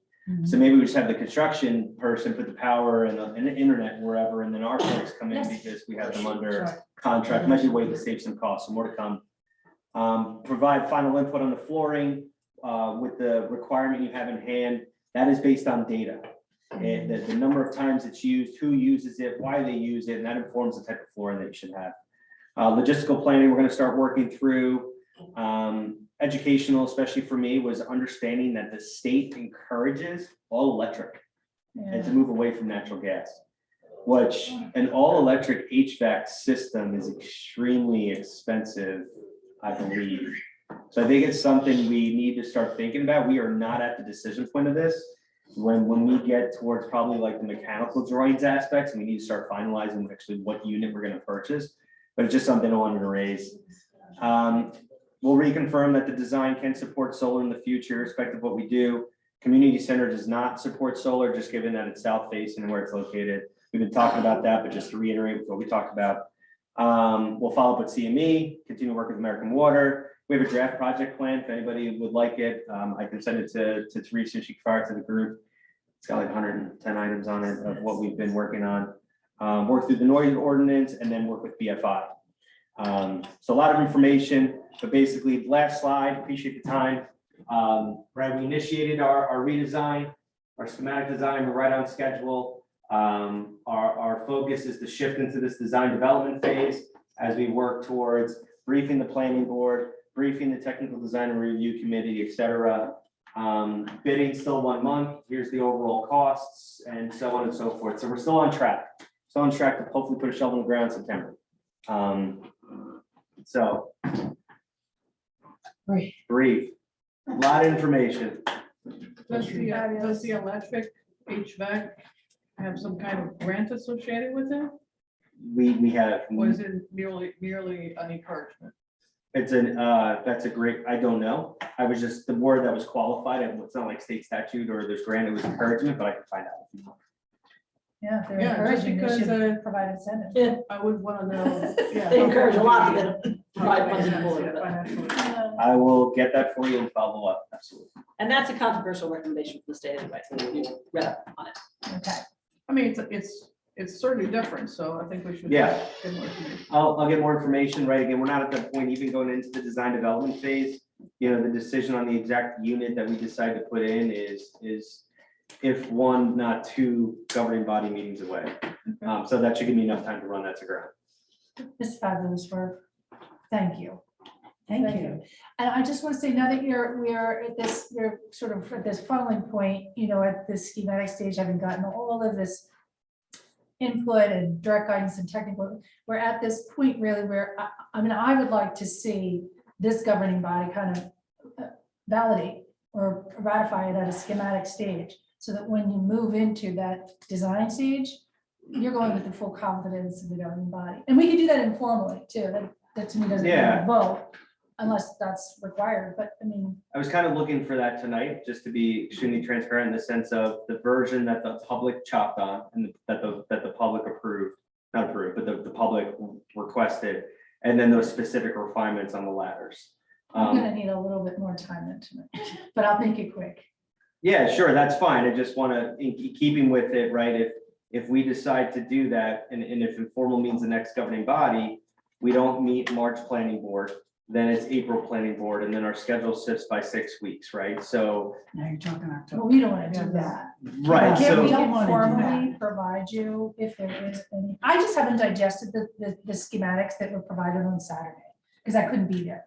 So I wanna do that to make sure I'm Yeah. representing residents as to the extent I'm able if to. the governing body is acceptable with that, and then I'll work directly with Tracy on where it lands so that we can keep moving forward. I'm more than happy to do that. I think you have perfectly captured what the residents were looking for as of Saturday, plus the recommendations and observations made on 17th, 16th. 16th, yeah. 16th. So I'm good with moving into the design phase. Okay, You know, I wasn't there. I will trust from the feedback I'm hearing that you have captured what we need to capture.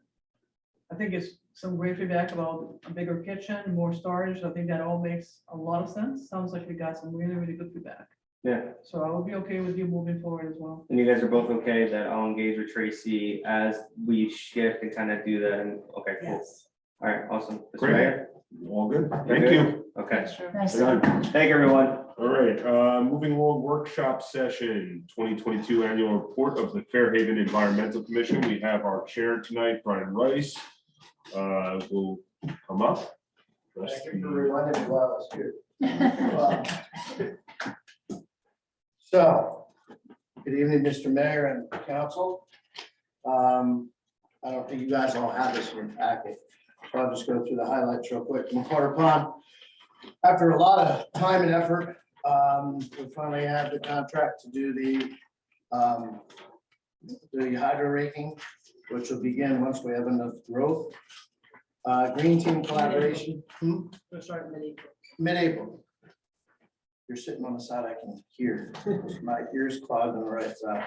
I can't hear you, which I don't want to anyway. No offense. Green team collaboration. So we've collaborated a lot with the green team.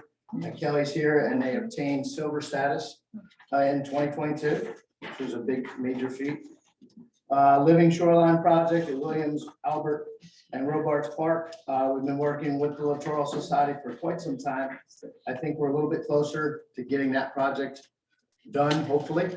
I know we had an opportunity to get a grant. I guess we could probably go in again for that grant, but we'll see once we get to that point. Environmental resource inventory. So we're all working on that. We aren't, Marie is, Jesse. But we're all consulting with her and giving her ideas. So the last revision was 2017. So we're tasked with creating the environmental planning document to be used by the borough, as well as professional services we'll bring in to help us with that document. Navasink River, did you get the pictures of it? The storm maps? It's caught a lot of grass and weeds and stuff. I emailed. Oh, no, I I don't think I got the result pictures. I got the initial installation. Yeah, I said there wasn't garbage in it, which is good and bad. We didn't have really significant rain events since it's been installed. Had a little bit of drizzle and stuff like that, but you really need that first. Yes, sir. Stormex, we're talking, help me out. That's the So at the netting foot of- on the end of the Yeah, pipe. so at the foot of Fairhaven Road, at the river, there's a net now that covers the stormwater pipe. And that's basically to catch any debris that are in the stormwater system on that side of town. So right now, it just has a bunch of organic material in it. The last I looked. Fairhaven Partnerships, so we created a roundtable of every commission and committee in town to discuss environmental issues, to collaborate more with us, to see how we can all work together rather than kind of off on our own. Since everything pretty much comes under the EC, made sense to start a roundtable discussion that's done quarterly. And I wanted to make mention of Ralph, and the last time I did this cried, so I'm gonna try not to, he left. It's not easy to fill his shoes. And I just wanted to make note of his service as the past chair. He's agreed to stay on, which I'm very happy that he is. So I wanted to make mention of that. Yeah.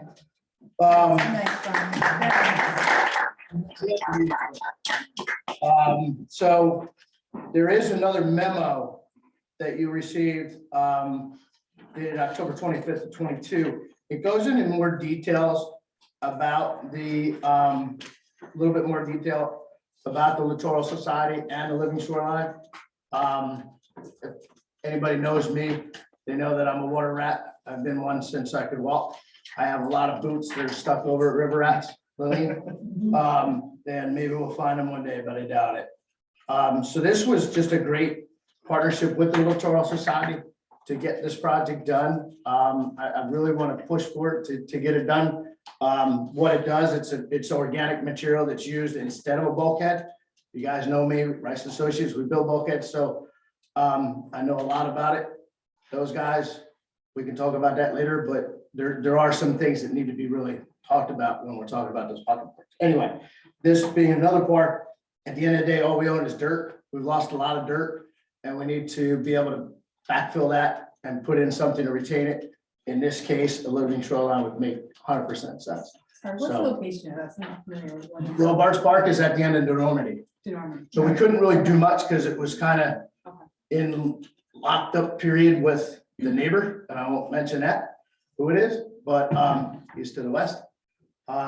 So we couldn't really do a lot there. But we do have, pretty much the plans are set for the most part to do it. We can probably get grant funding to complete it. I think what, and I'll just round out some of that commentary. I was at the meeting, and the Environmental Commission hosted a meeting dedicated entirely to the topic of the Normandy, really street and park. And Zach, forgot his last Zach name. Rowe. What, from the Littoral Society was there, and Nick Porczynski was able to attend, and both of those gentlemen are very knowledgeable, and they helped really to inform our understanding of what needs to happen. It does seem to be a very popular project in that it's not as expensive. It allows us to showcase some very forward-thinking meaning green infrastructure is a marriage of best in engineering ideas and ecology, and it's sensitive to both, and it binds the two, and the yield is green infrastructure. It's smart, it's beautiful, and it's a different kind of maintenance. It doesn't require the same level of hardscaping. There's a lot of things about it, honestly, that would set the bar in our area. There are not a lot of other communities. This is inevitability. There's going to be living shorelines along the Navasink and probably Shrewsbury. But we could be one of the first towns to do it. It's not as expensive. I think we actually have about $78,000 that have been allocated over the years in 2 tranches. And as I understand it, there's a piece of environmental engineering piece that still needs to be produced, well specified and then produced. That would complete a package that we could then potentially get grant money or produce estimates that would then provide the governing body enough information to understand what we're looking at actually in terms of expense. Is the grant predicated on the design in the sense of like, it's gotta be, I'll use the word substantially. complete. Yes. It has to be a Has to living ready shoreline. to go. Yeah. Got it. But most of the work has been produced through a partnership with the American Littoral Society and the, there's a Rutgers group that did, and the name escapes me, I'm sorry. So a lot of the foundation work is in place. They've done the calculations, they've figured out a lot of things for us already. And what it would be is some street work, some road work, because there's no storm drain there, it just sheet flows off to Normandy into the river. So it would call for a very large rain garden that would look like a meadow with flowers at the end of the Normandy and serve off to the right into the park, and then a living shoreline along the edge of the park. But it would kind of complete the park. It would address the stormwater management, an outstanding stormwater management issue there. And it would be a showpiece. I think it's something we could, as Fairhaven, we could be very It's a proud of. multifaceted project. It would be Yeah. very, very Yeah. impactful to the area. What does it mean? And that's for coming access? from a dock builder. What does it mean for access if it's funded through a grant?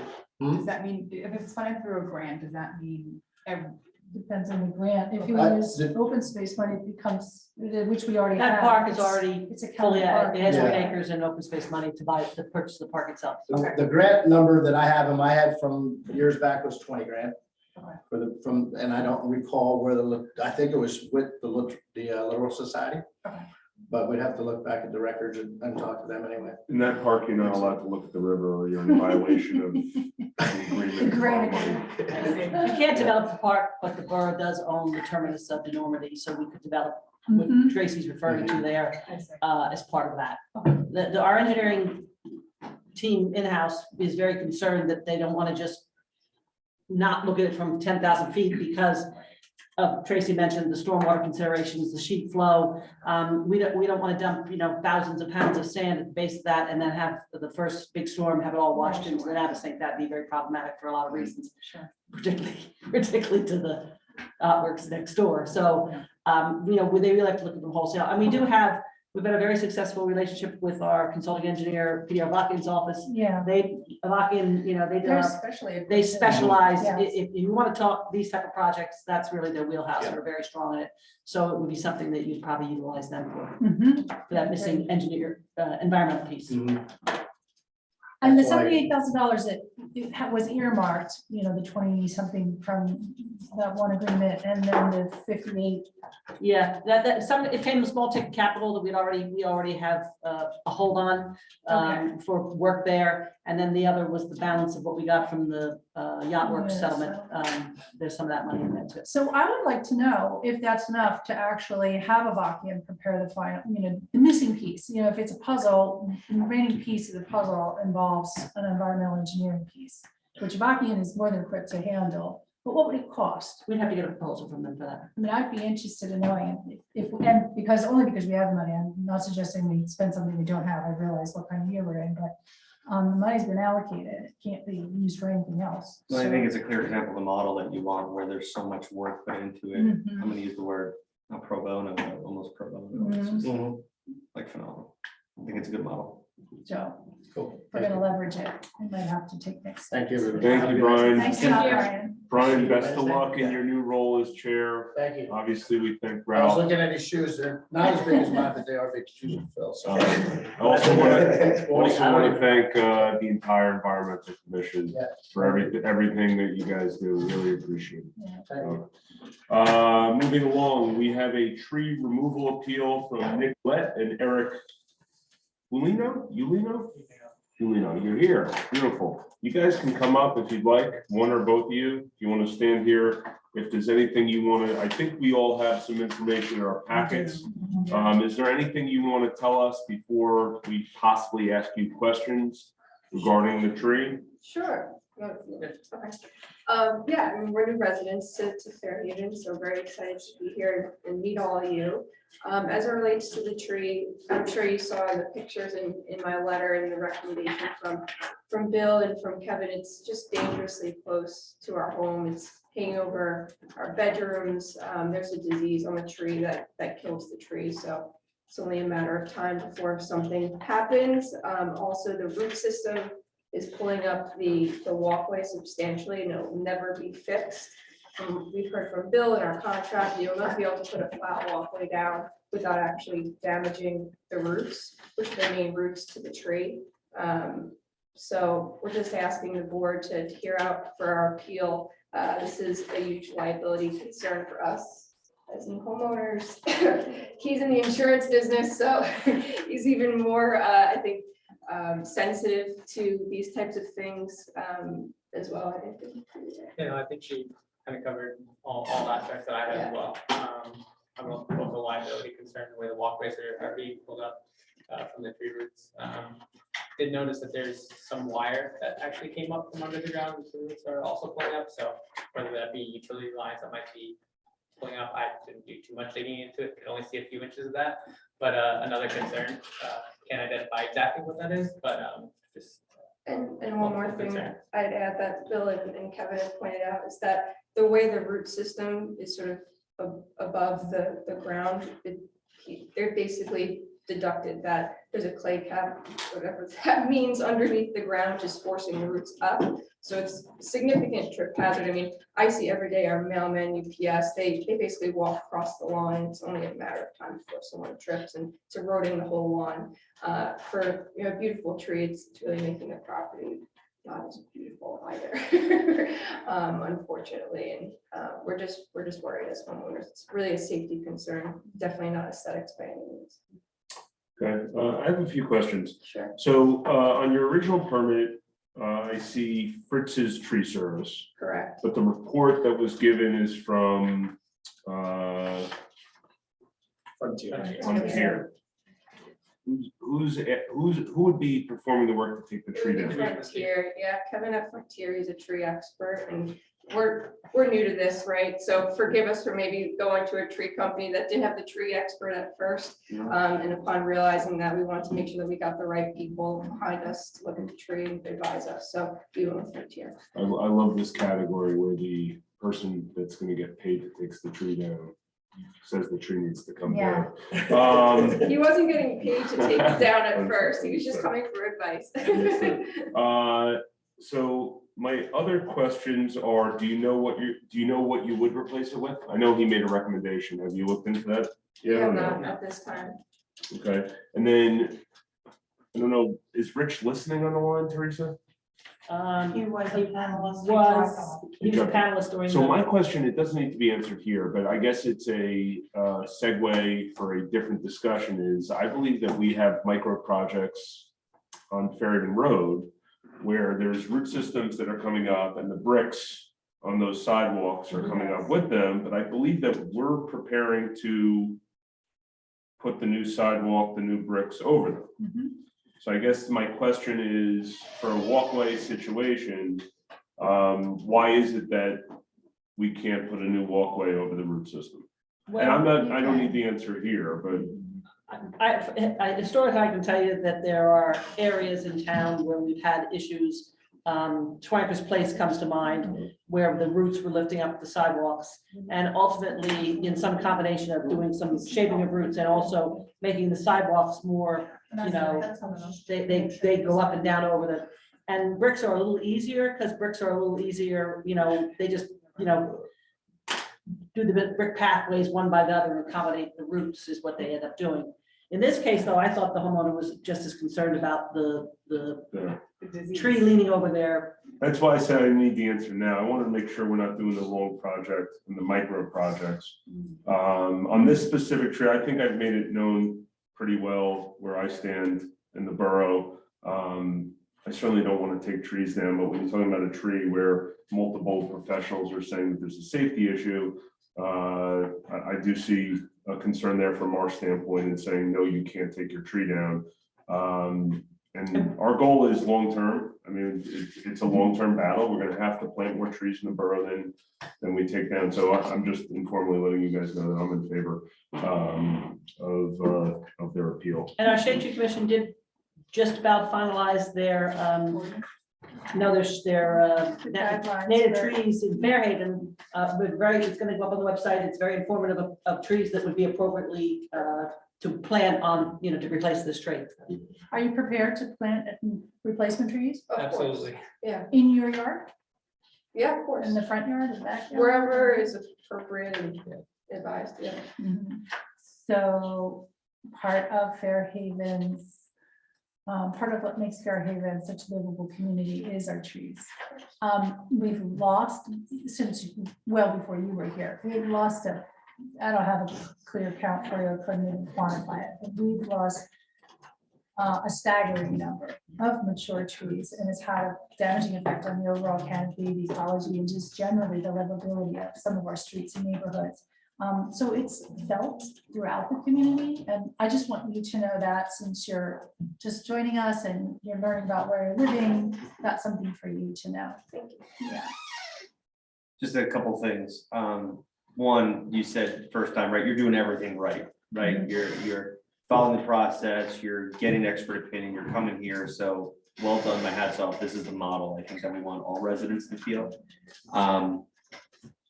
It pains me. It's a 46-inch pin oak, but I know it's leaning, I know it's diseased.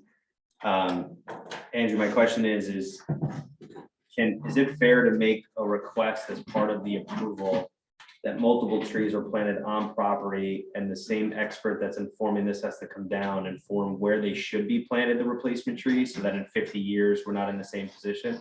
Come before them. No, just that they do that, like when we go and then they provide like the assessment of where they were planted and why it made sense, and then it wasn't next to the house, they're gonna kill the roots. If we'll be preparing a resolution, we can certainly put that as a condition. Given that this is a Wouldn't street this be part of the tree ordinance? and also shades the street. Does that provide an economic burden on the homeowner? I mean, they're Yes, for gonna, that. they already, It's almost like a condition. of- Right. You understood? I don't want to impose an isn't there an economic ordinance burden. though? Isn't there an ordinance that if you take down a tree, you have to replace it with a certain number? Right, but it doesn't say that you have to go to our tree expert and ask our tree expert to come on site and propose places to put the trees. So then how do we prevent a tree being planted next to a house and potentially the root system grown into it 25 years from now? Well, I think they indicated that Frontier had a tree expert.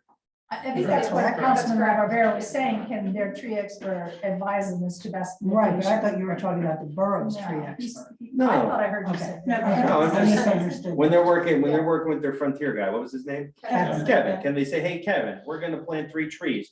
Where should we put them on the property? that- Well, you wanna put them here, That's here, what you here. should be doing. I agree, and I just wanna kind of set that precedent that we're just not gonna plant the tree anywhere, and then we end up here with new homeowners in 50 years after you guys have moved on. Yeah, I'm not so sure that that's in Kevin's wheelhouse. What they would most likely do is work with the people that they buy the trees from, a landscaper or a company that would come in and advise them on what trees are more appropriate and where they would go, depending on the size of their property. I mean, I don't have that in front of me, but I think generally speaking, if you went with a good solid nursery, they have a real good feel for that. Well, I think I just want to go back to Bill Brooks' letter, because he seems to be only suggesting one tree to be replanted. One for one. Because they're Right, and I'm in the same camp of Councilman Rivera, that if you're gonna take down a tree this large, which I think should be taken down, you should have multiple trees required. They're working on that in the new ordinance, but Right. it's not our current ordinance right now. Right, well, I think we can There's- express, They're here on an appeal, so we Yeah, I can understand. I think we- attach that as. I think we could express the desire to see multiple trees planted because this is a very large specimen and it does look like it's dangerous for your home. Let me ask you this question. It looks to me, unless I saw it wrong, you took down a row of bushes or something on the side of your house. Small, but yeah. What's your plan there? Is that gonna be a fence It's or are gonna you be putting fenced. new It's gonna be trees? fenced. And in? then replanting all. Permanent proof for a fence. Are you replanting trees? Yeah. Yes. Yeah. Do you know what kind? We're working You're with gonna it. get Just- a nice little link for some great trees to shop for. Yeah, I'm sure. Just given the season, we're working with the landscaper, to figure out what the Figure best out what option type. would be and when they can come in, just haven't figured that out yet. I'm in support of granting the approval if we can express the interest in multiple trees and they're willing to heed that expression of in our request and have it be some thought process with where they are. We can then take away, looking at how the ordinance is being updated so that maybe we make that a little bit formalized Mhm. process kind of implemented. So I just, again, well done. You guys did everything right. Trees are a sensitive topic for us, very, very sensitive topic for us. But thank you for being here. I just want to bring up something. This is procedural and doesn't have to do with this application or denial and appeal, is that we have a tree expert in town, Bill Brooks. If we're gonna have these types of applications being heard, my recommendation to the mayor and council is that he be present in order to let this, because his report clearly states that it would be a replanting of a 4-inch diameter breast height deciduous shade replacement tree estimated in the ordinance. So that's his expert opinion. That's who you appointed to be the tree expert in town. And, what we're doing here is we're asking for something to go above and beyond what your expert is advising. Without him present, he's not here to opine as to why he made that decision. So that's just procedural. Next, That's a good point. appeal, maybe we take a look at Well, that. that's the That's what, ordinance. that's what, yeah, but the. That or- tree's protected and But they're here on an appeal. It's because protected, but we'll it's turn it it's down. become a safety issue. I totally get it. I'm in favor of the tree removal. I'd like to see multiple plantings and I'd like to see a tree that contributes to the neighborhood. Because the one you're removing is a street tree. And it contributes to not just your property, but your neighbors. So that would be the thought that I'd like you to consider. What I would like to say to the governing body is if we want to be in a situation like this where we say to someone, that type of tree we need 2 trees and you need to work, then we need to work to change the tree ordinance. Yes. But the tree ordinance isn't saying that now. So we're following the tree ordinance. And I understand that it's an appeal and, based on that, we want to ask for something else, but if they say no, we still have a safety issue and we would be denying their claim and leaving a tree up there that probably shouldn't be up there. So that's the part of me that I don't feel comfortable leaving a tree in a situation where it can fall in someone's house. Understood, right? I think there's also a balance that needs to be struck that, and I don't know if anybody's well versed with that tree list, right? But is it a deciduous shade replacement tree on a Fairhaven native list? Yeah. Okay, several, yeah. that's great. They could replace a pin oak. This is a pin oak. And that's what Bill Brooks is recommending. Yeah, no, understood. And he's recommending a 4-inch due to the size that's being taken out. If it was Mhm. smaller, it would be 2.5. I know. 2 to 2.5. We're strongly encouraging you, if you can, to work with someone that tells you where to put that tree. Yeah. And also, if possible, plant more than 1 tree, please. You're not That's mandated though. It's a huge tree. We'll do whatever. we Well, that's We're not really trying to mandated, so maintain that We'll be shade mindful. tree count. Yeah. And they have a landscaper, so. Totally get it's it. up there. And they're putting in all those trees along. We're coming to the Yes. front of the house. Do I have a motion to approve? I'll motion to approve. Second. Allison, may I please, oh no, all in favor? Aye. Anyone opposed? Thank you. You'll be getting a letter from us. And we'll send the link. When you get the letter, you'll That have would be great. the link so it can provide you with some helpful information. That would be awesome. Thank you Much- so much. Nice to meet you. Thank you. Yeah, like- Welcome to Fairhaven. Nice spending some time together. All right, moving along, we are at New Jersey Asset and Rebate Management I'll Program. take this, I'll make it quick. The governing body has additional information on their, on the dais, and they were sent home information in their packet. Just a recommendation from our CFO and our financial advisors. This is joining, allowing the borough, giving authorization for the CFO to invest in New Jersey Asset and Rebate Management Program. I've listed information about the program, their current market rates. You have the history of the market rates, and their current market rate as of 2/24 was 4.53%. Much higher than we're currently getting, just leaving our money in a bank. And the advantage here, as opposed to other forms of investment, first of all, you're very limited on what you can invest in the state of New Jersey. It's very heavily regulated. And we've discussed this at and we'll discuss it further in our finance committees. This is obviously approved by the state of New Jersey. It gives an excellent interest rate on money, but it's the flexibility of being able to move the money in and out as we need it. That's very important to the CFO. If you lock into a long-term investment and look, we're sitting on $6 million of capital money for argument's sake, but we have to go pay a bill, to a vendor or a contractor, she needs to be able to take that money out quickly without tying it up too long. So this gives the flexibility, gives a great interest rate, and it's approved by the state of New Jersey. So the recommendation is that we approve resolution 2023-74, which is on the agenda this evening. And Teresa, can I just add something real quick? Why not? So as we talk through this, right, as we look at identifying areas in our budget, how we can improve our budget process, the question also becomes, how do we identify increased rail revenues? Yeah. And when we raised that request to our CFO, she said, oh, there's this program, I've done it before, it makes sense, highly recommend it. So just want to provide that to Mr. Mayor's discussion, right, of larger budgetary discussions, this kind of filters in with rails and revenue. Right.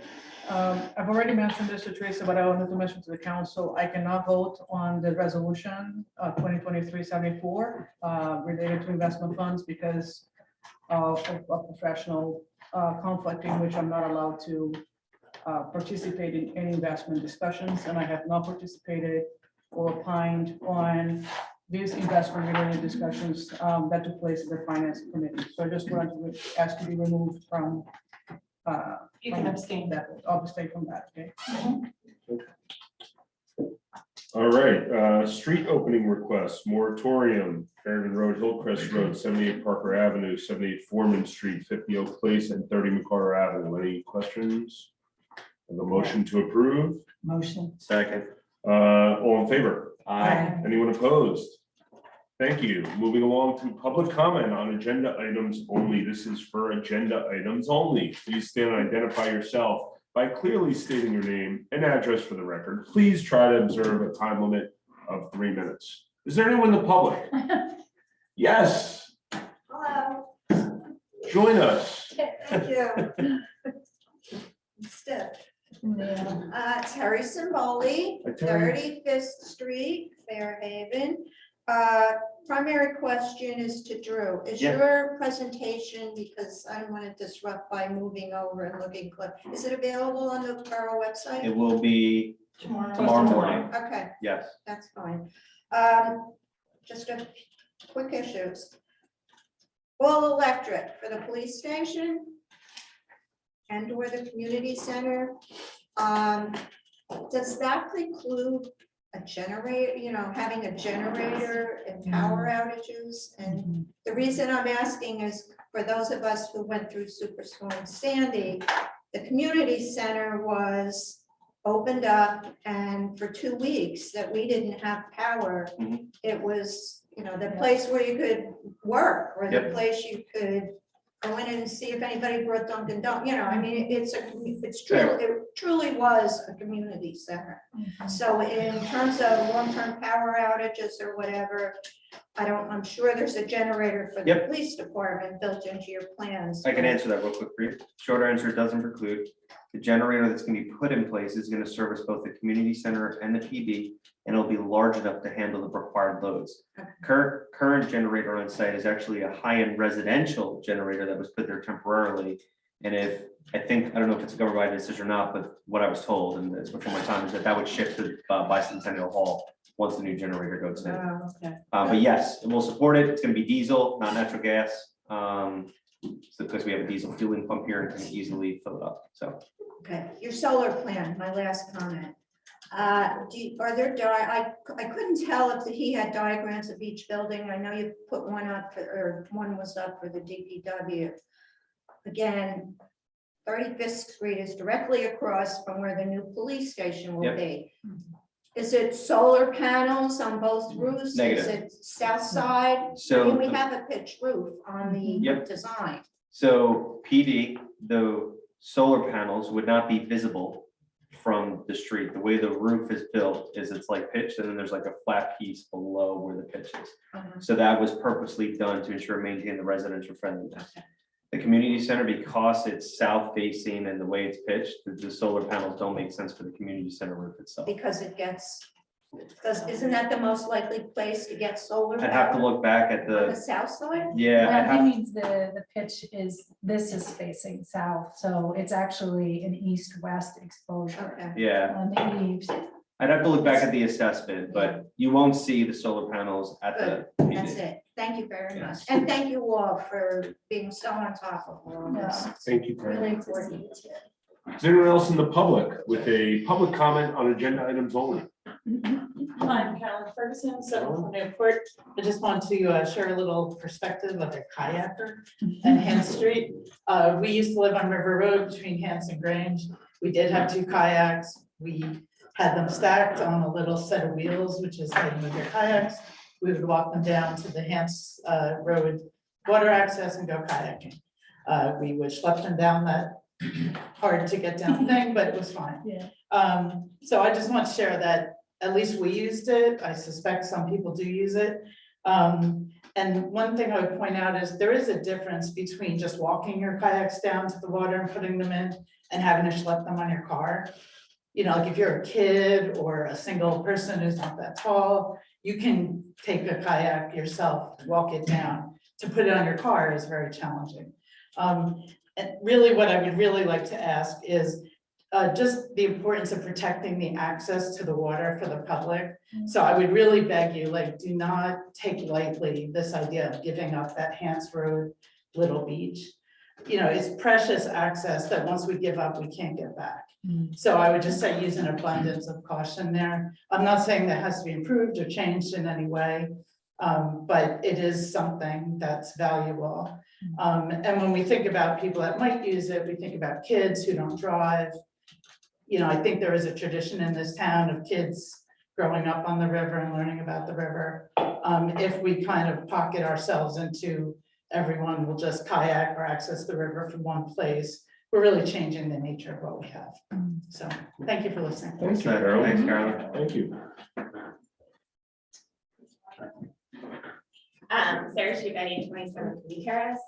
First, I want to thank everybody here and Teresa and the administration. We submitted the Green Team grant for hopefully the pollinator garden. So thank you for permission, and we will hopefully keep you posted in a positive way. I also just wanted to mention with the discussion about the water access, I agree with everything that Carolyn said. I do think it's an important place for people to be able to come and go. I have concerns about safety of coming and going from that one spot. But I also want to think about the conversation that we had about the living shoreline and talk about those 3 points as not like, they're not development zones. They are places that are right on the river. They're beautiful natural places in certain places. They need help in other aspects, but I want to make sure that we're thinking of them as green and blue spaces, not necessarily, you know, places to develop. And my one concern when hearing some of the plans was I heard a lot about asphalt and concrete, and these are things that are literally riding right down into the river. I grew up on the Navsink. I also have lots of shoes with Councilman Chairman of the EC, Brian Rice. They're all probably down by river rats, but I just want to say the Navsink is at a deficit, right? We can't shellfish there. It needs help, and I think anything that we do that touches the river needs to be done with the eye on making sure that we're keeping it healthy. And I think the comment was We didn't have to do green infrastructure for those projects because the permeable space wasn't large enough to require that. That might be the baseline, but I would hope as a town that's living right on the river, that we have more respect and care for what we need to do. Thank you. Thank you, Sarah.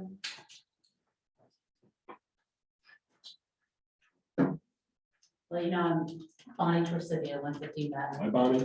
I'm holding back the tears after that last. And I just want to say that that kind of highlights the real need for us to get this tree ordinance approved. I don't know where it stands, but a 46-inch oak is not equal to any other tree. Right. That's a really magnificent, horrible loss. I understand safety is most important. And I don't necessarily think every tree that's next to a house is that dangerous, but that's just my perspective. But anyway, I just hope that we can somehow get this tree ordinance moving. I just was talking to a friend in Colorado who had the option of cutting down a very big tree for $10,000. I mean, that was the option, like you can do it, but I mean, it just seemed to me that there should be some sort of scale on cutting down a ginkgo tree, which is really not that valuable to nature or anything else, versus the beautiful oak that supports, 900 different kinds of butterflies and moths. So anyway, I just hope we can work on that together. And as a new member of the Shade Tree Commission, I'm happy to help do that. And I also want to just echo I would love to see a living shoreline at the end of Pants in addition to one at the end of to Normandy. And I think it just makes all the sense in the world to use stormwater runoff, to put in permeable, like try to let that rainwater filter naturally on its way to the Navasink and not running over cement and pavers and everything else. I'm kind of curious about the Grange with the bulkhead. It's the neighbor's bulkhead that's really falling down, right? How does that? No, it's the borough. It's the Is borough. that the whole corner is the boroughs? Oh. You are correct, though, that one of the neighbors' bulkhead is also a failure. I mean, It's both. that's, If you've ever walked over there, you can see it easily. but so I mean, how is that going to work? Are we replacing theirs? Are they doing conjunction? No, I think everything that's failing over there is borough. There's part neighbor. I mean, the one with the tree that's falling into the water, that's Borough. That's my understanding. Our responsibility is going to be our Yeah. our publicly owned Yeah. bulkhead. And is it Not going the to be neighbors. raised up? Is it going to, is the bulkhead coming up higher so that Not as the it's, hook will be raised up? I just. Not sure, it remains to be seen. but it's not drawn to be elevated. It's usually flush with the elevation. Well, at Grange, the drop off is so steep. Bonnie's question was, where are we gonna fill in there? But doesn't that level off a little bit at the bottom? It just, with water level rising, does it make sense to, if you can bring it up and then make it. Fair, it's a good observation. I think it's controlled by the DEP and it has to do with the mean high tide line. And how That's high you probably can make what the bulkhead. controls it. I'm not an expert, but I've heard enough of the presentations that rings a bell to me. Have we shown that the water levels risen on the Navasink? Do we have data on that for locally? Oh, Have we- I've experienced it, but that's anecdotal. Is it, I know. We that's- have daylight flooding.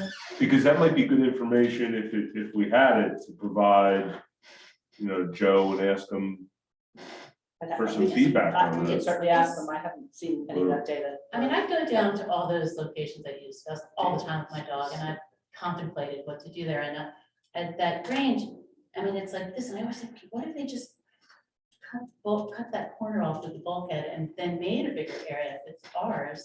I mean, I know there's all these things, the wetlands, but I want to put a water slide there. That would be, it it's looks the like right that's property. tough. On our summer party, Josh. Thank you, Bonnie. Thank you. Mr. Mayor, just recording that, we will get data specific to where the Navasink rise and we'll ask Colliers if they have DEP support data. Cool. Is there anyone else with a public comment? Hi, Marty.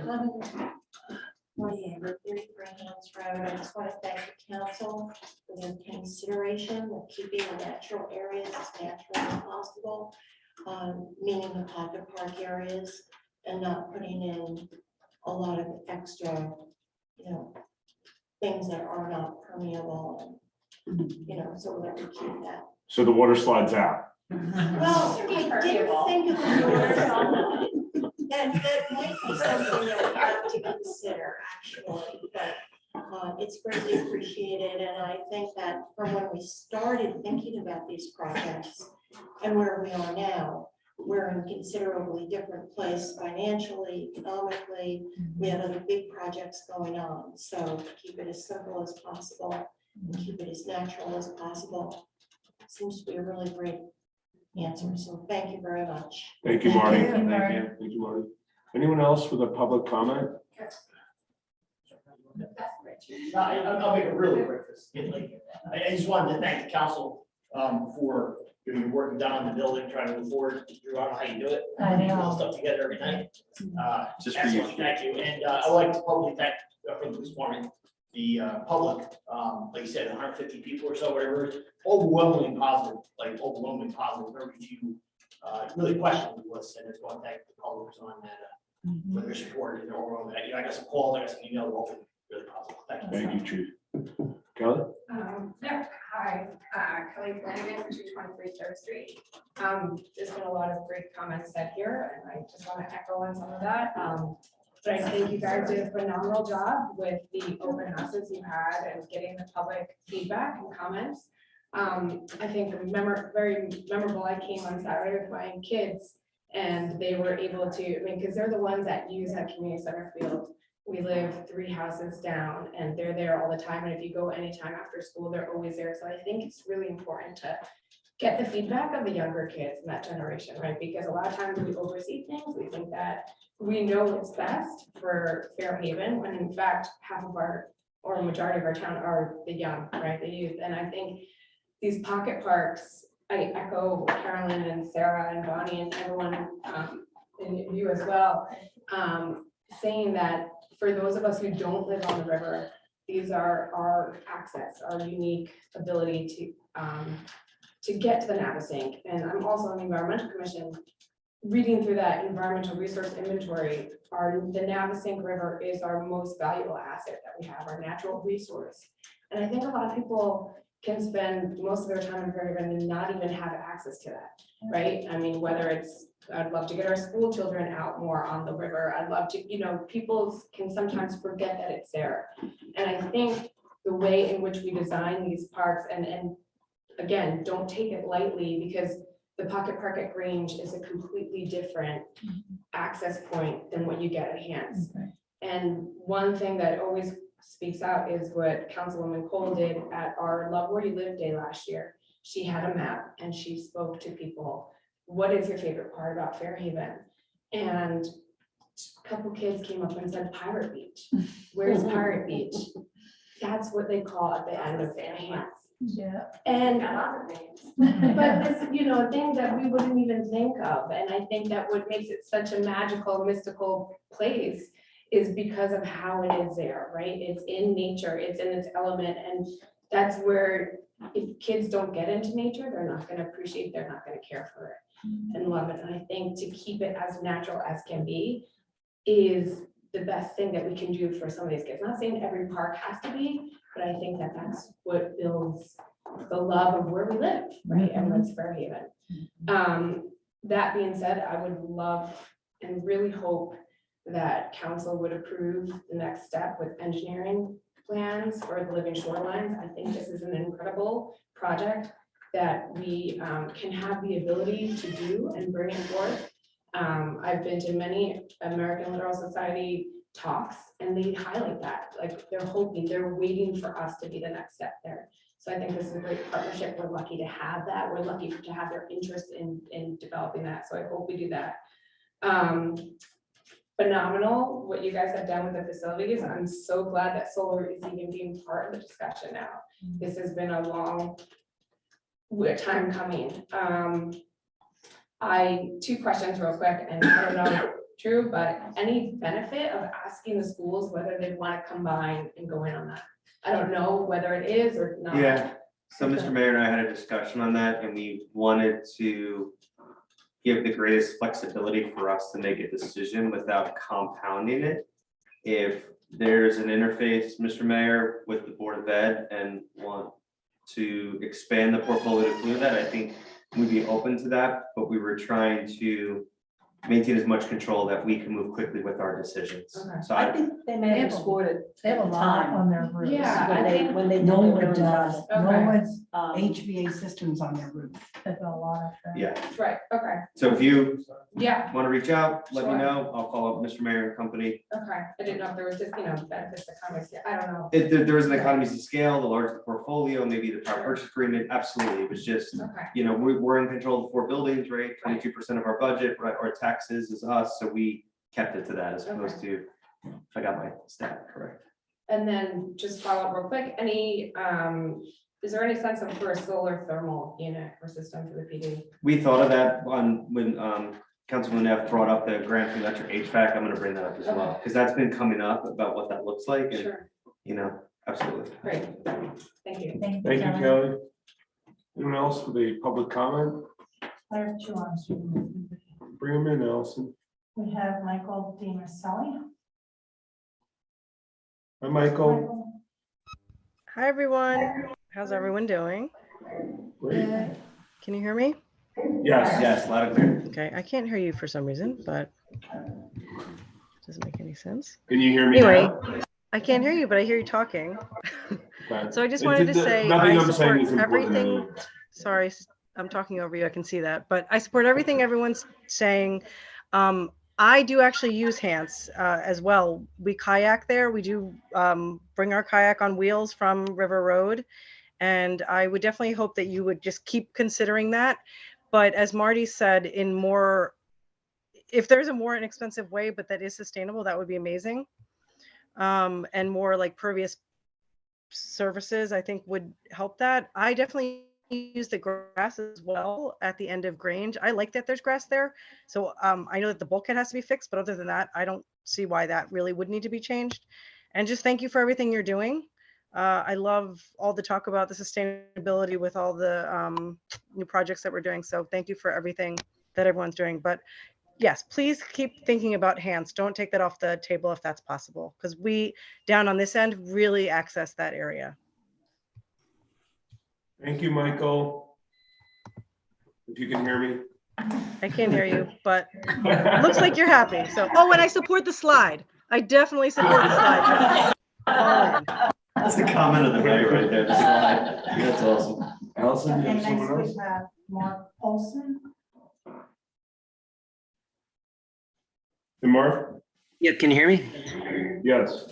Good. I just want to be really quick on that 57 Dogwood Lane. I think Drew is right. That couple should be applauded for how they did it. But I think Josh had a really good point. So the guy that's going to remove the tree when he becomes the expert, that's kind of an odd conflict. And even just listening to you guys, so who is the expert? Is the landscaper the expert? Is the tree removal guy the expert? Is Bill Brooks, who's somehow he's a tree expert? Is an arborist an expert? Is the lawn guy an expert? Is the guy that I ran into down at the Lowe's Garden Center, is he an expert? Is a builder an expert? Is a roofing guy an expert? The dendrologist and who is the expert?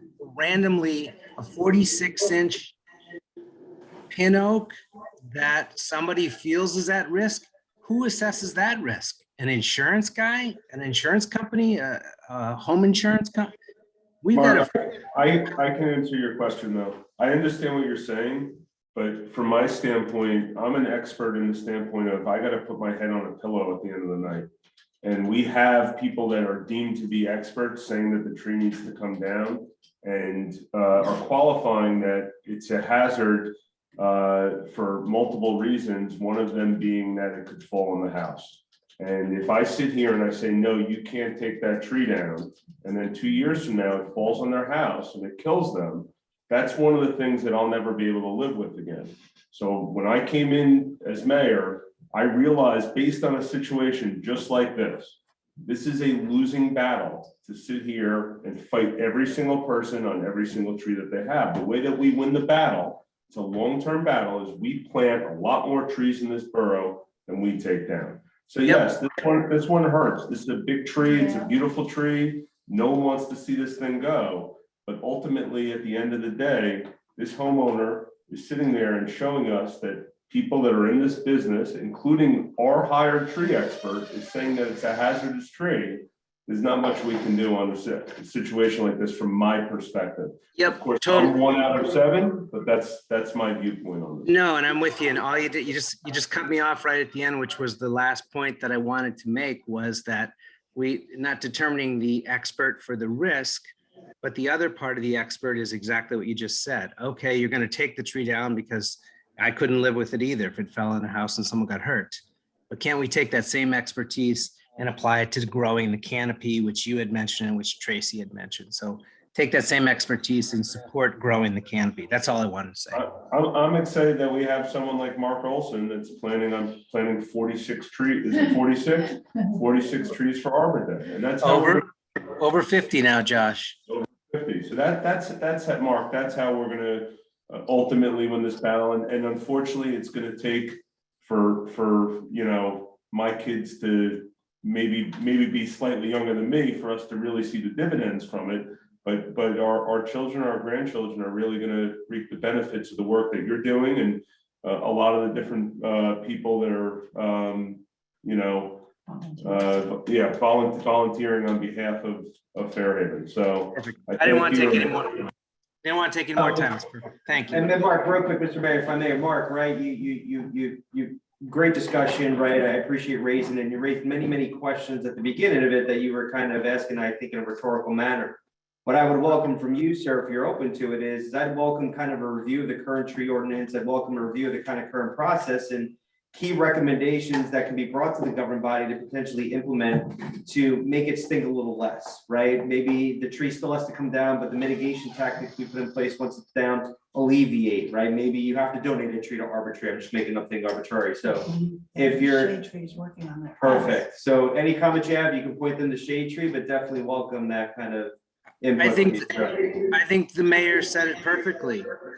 He was perfect at the end. He's like, it means a lot to us. We'd like it if you'd plant more trees, but you can't mandate it. That might be even a better policy. Or you can unleash Bonnie Torsivia to go over and talk with them for 10 minutes. The next thing you know, they'll plant like 100 trees. And also I just wanted to add, and I will pick up the tree preservation ordinance and renew with renewed vigor. I think it's stalled with some administrative review, and we can reawaken our commitment to that and look at next steps. But there is room for improvement in the expertise that is available to this body. And I'm not going to name names. I'm not saying I know who it is even, but the tree preservation ordinance in its draft form acknowledges the need for a tree conservation officer. And that is an elevated level of expertise that we have available to us. Love it. Love it too. Thank you, Mark. Because it does hurt. Allison, is there anyone else? There is Stephanie Adams. Hi, Stephanie. Hi, Stephanie Adams, 230 Oxford. I'm gonna close out the comments again. I was, Tracy, happy to hear. Can you hear me? Yes. Yeah. Very happy to hear that the tree ordinance will start getting some more attention. I think that is gonna, really put us in a much better position to deal with these kinds of situations. And you do not want to unleash Bonnie Torsivia on anybody. Bonnie. We love I love. She's the Lord.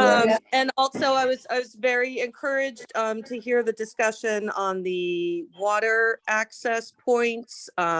We also use we just go down to the beach at Hants.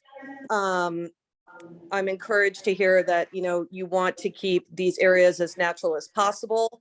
Given that, I hope that, as Sarah said, that we won't do the bare minimum, that we'll take green infrastructure into account so that we're doing everything that we can, not just to provide access, but to protect the wildlife, protect our natural resources, and whether that's, using wood instead of pavers over a concrete slab, if we do make platforms, or putting an infiltration trench at the bottom of Grange in front of the bulkhead to kind of filter any stormwater runoff, that we kind of, take some of these things into consideration as not just nice to haves, but would be really great to do to, yes, protect our river, because it is vulnerable and we are kind of, our hands are tied in a lot of ways.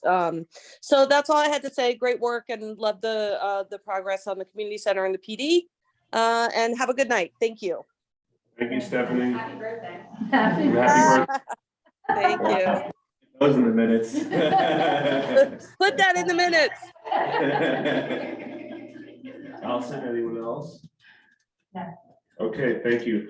We are moving towards approval of minutes, February 6th, 2023, regular and executive session. Do I have a motion? Motion to approve. Second. Allison, may I please have a roll call? Councilmember Cole, Yes. Hoey. Yes. Hodge, Yes. Barbara. Yes. Nat. Yes. Councilmember. I'll take it downstairs. It's, Mark, just mute. Mark on mute. I muted him. Okay. That's what you know. Old business, ordinance hearing and adoption, 2023-01 index rate COLA ordinance. Do I have a motion to open the hearing to the public? Motion. Second. All in favor? Aye. Anyone opposed? Good. Anyone have any comments about this? Public comments? No? Do I have a motion to close the hearing to the public? Motion. Second. All in favor? Aye. Anyone opposed? Okay. I kind of did this one. Yeah, we 2 minutes. Anyone have any comments on this? No. I have a motion to approve. Yes. Motion. Second. Allison, may I please have a roll call? Councilmember Cole, Yes. Hoey. Yes. Hodge, Yes. Barbara. Yes. Nat. Yes. Thank you. We already did the municipal budget update earlier on. Thank you, Teresa. We're going to be moving along to new business council committee reports. I just want to briefly discuss something I discussed at the last meeting, and I'm going to elaborate a little bit on it. As mentioned on February 6th, we are at an inflection point to ensure our budget is appropriately balanced. We must continue to provide key services to our residents, ensure maintenance of grounds, vehicles, and facilities is sufficient while balancing new projects. This year's budget is currently going under stringent review, which you heard earlier tonight from Borough Administrator Casagrande. It's important to keep in mind we're planning to build the new police department, renovate the current DPW in 2023. Going forward, as we look to ensure projects are prioritized accordingly and resources and budgets managed effectively, I'm requesting all of our council liaisons to request a list from their committees of upcoming events, expenditures, and expected support from the town for 2023. All efforts will undergo a prioritization. They'll follow an internal process to ensure ample time is provided to review, approve, and comment on community events. As I stated last meeting for our committees, the governing body expects increased communication, transparency, and flexibility for all decisions requiring financial expenditure and/or resources given the uniqueness of our year. Know that our governing body, the borough administrator, and team are committed to being fiscally responsible while we ensure we do what is best for Fairhaven and its residents. If anyone has any questions or comments, please do not hesitate to reach out to me or anyone on the governing body. Everyone cool? That being said, let's move along to finance. Councilwoman Neff. The finance committee is going to be meeting this Wednesday. As you have mentioned and referred to, we have several challenges related to our budget. I believe there is a first set of proposed cuts to the budget that will be reviewed. We're also busy. I think our CFO is busy finishing the financial statements for last year. And another very important item that we're going to be discussing will be, as we need to issue debt this year, we have to bond this year. we're just trying to understand what the next steps will be for that, so that we are able to support the construction of the DPW and the police station. So that's pretty much what's on the plate. Thank you, Councilwoman Neff. Moving along, personnel, Councilwoman Hoey, and you can follow that with Parks and Recreation as well. Yeah, nothing new in personnel. We'll be discussing multiple items. We have an appointment on tonight's agenda for personnel. Sorry? We have an appointment on tonight's agenda for the deputy clerk, which we discussed last week, some personnel. Correct, but I wasn't Okay. sure. Okay. And a special, school person. No, that's right. All right. I'm now going to get stuff. I thought this was during the executive session. No, there. No, we discussed it last exec and got the green light to put that deputy clerk appointment on tonight's agenda. Okay, we're going through that in resolution, right? Yes. Okay. That's on here. Right. So that should be part of my update or? No. Oh, sorry. It's All right. evident. Not, all right. Never mind. Got it. And in terms of Parks and Rec, nothing new outside of the events we updated the last meeting. DJ did put together a great comprehensive report outlining all the profits we've made over the events that he's done. And I know he's looking into even further exploring more events, including art events after school starting in the spring. Thank you.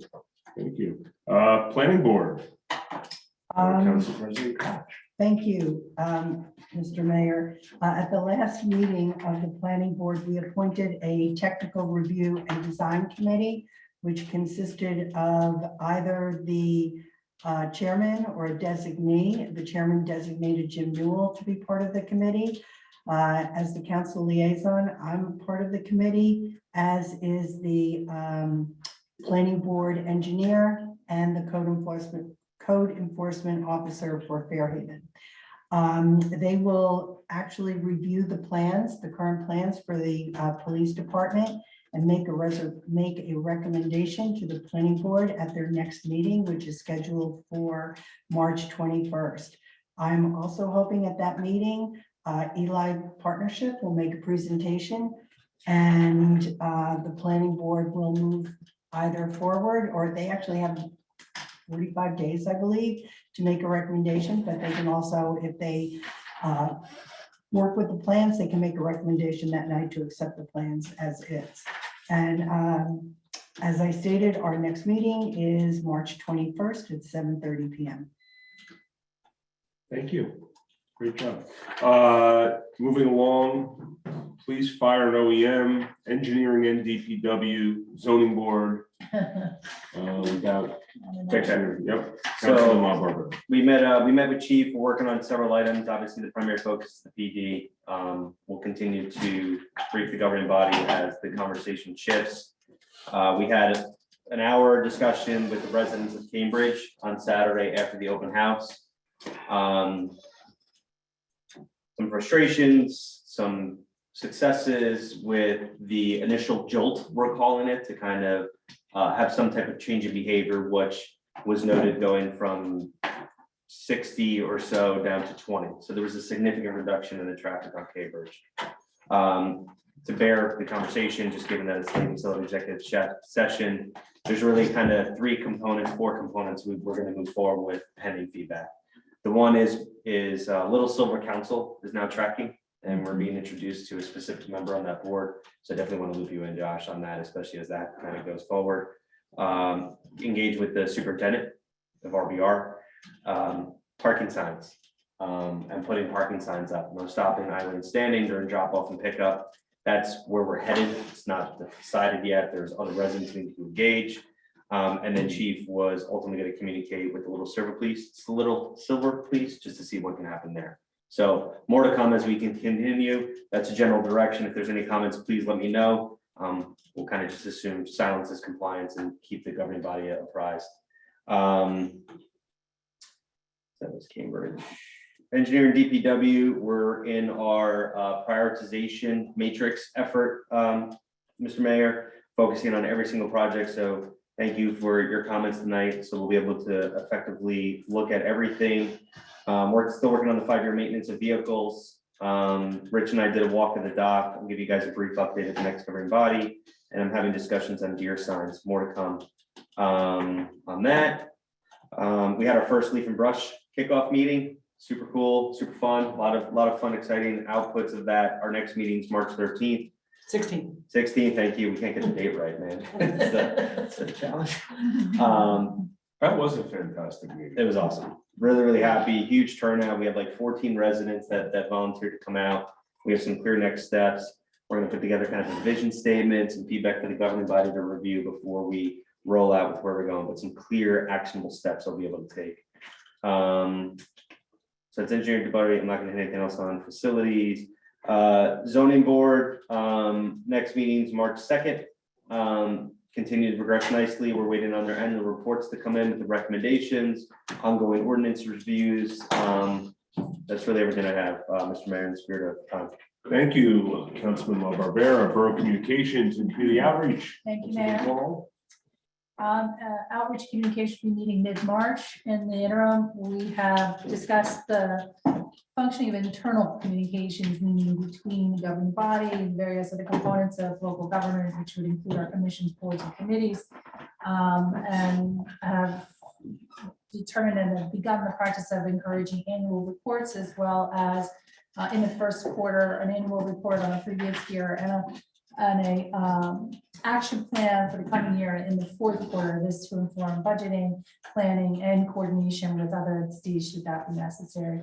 I want to just definitely take a moment to say the open house events and that community outreach process it's just a very rewarding experience. I think for the residents who were able to participate, so grateful for the folks that came out, but also for the governing body, the position we're in and making good decisions.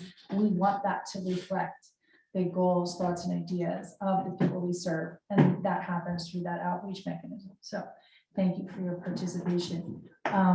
We're looking forward to similar types of participation where we can make that happen. Obviously, what comes up in my mind are what we talked about today in terms of water access, keeping it natural, but giving the community an opportunity to speak to those plans and making sure those drawings reflect the intention and the values of our local residents. We understand, let's see, the staff is working on project application process and waivers that would facilitate volunteer activities. And what I can say from an outreach and communication standpoint is when those mechanisms are in place, we will communicate those and look forward to sort of a streamlined process. Environmental Commission is going to be the new home for thirsty trail activities. Will be a regular part of the Environmental Commission agenda to, again, streamline procedure. Understanding that project, to just take a moment. I don't know if you've all had a chance to go out there. A lot of us have been on the ground, and most everybody in this room has spent some time back there. Some of us a lot more than others. And I just want to take a moment to say that about 90 people came out on Sunday. And that whole area, which I'm going to say is probably more than 5 acres, is in the process of becoming something different. This is the land reclamation project, which is usually done by big contractors and lots of machinery and all sorts of stuff. This is done by hand and heart. And it is basically, we're in the process of returning what was deemed barren land, according to our environmental resource inventory, and restoring it to a natural woodland park. So it's being documented. We'll tell the story at some point, but if you want to take a little stroll and go see it, it's being transformed ongoingly through just a phenomenal volunteer effort. The Environmental Commission has also undertaken a request to help us understand a little bit more about deer management plans. Apparently there's some resources available to the county. They're going to reach out on our behalf and we'll learn more. There continues to be a desire to see the Normandy Park move forward, and they're focused on the ERI updates, which you heard from Mr. Rice today. The Green Team is hosting a Wild and Garden State film at Bicentennial Hall.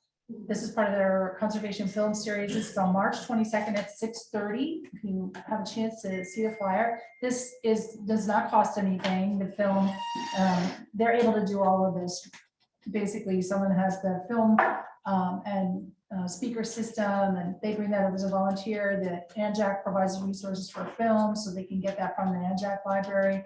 And usually it's a little bit of a fundraiser. Everyone makes a little something to sell or to share. I know we popped popcorn the last time we had a film, and my daughter sold it for $1/4 a bag, and that went to Bicentennial Hall. So I think we made $9 for the preservation of Bicentennial Hall. But it's charming. I understand the film is phenomenal. So it's called Walden Garden State. And it's about New Jersey. So check it out. Again, it'll be March 22nd at Bicentennial Hall at 6:30. And on May 7th, they're hosting the second annual Love Where You Live Day. Again, this will be from 1 to 4 at Bicentennial Hall, the grounds there. And it's another very low cost event. Everybody chips in. It's minimal expense, kind of maximum reward. The Shade Tree Commission has finalized its native plants guidelines, and it features local trees, which is a great way for people to see what looks mature and native right here in Fairhaven.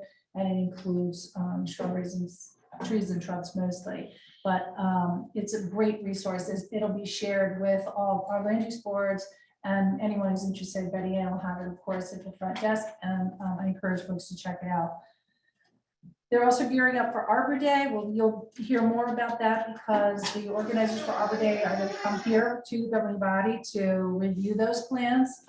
It's ambitious and extremely exciting. I'm very, very excited about it.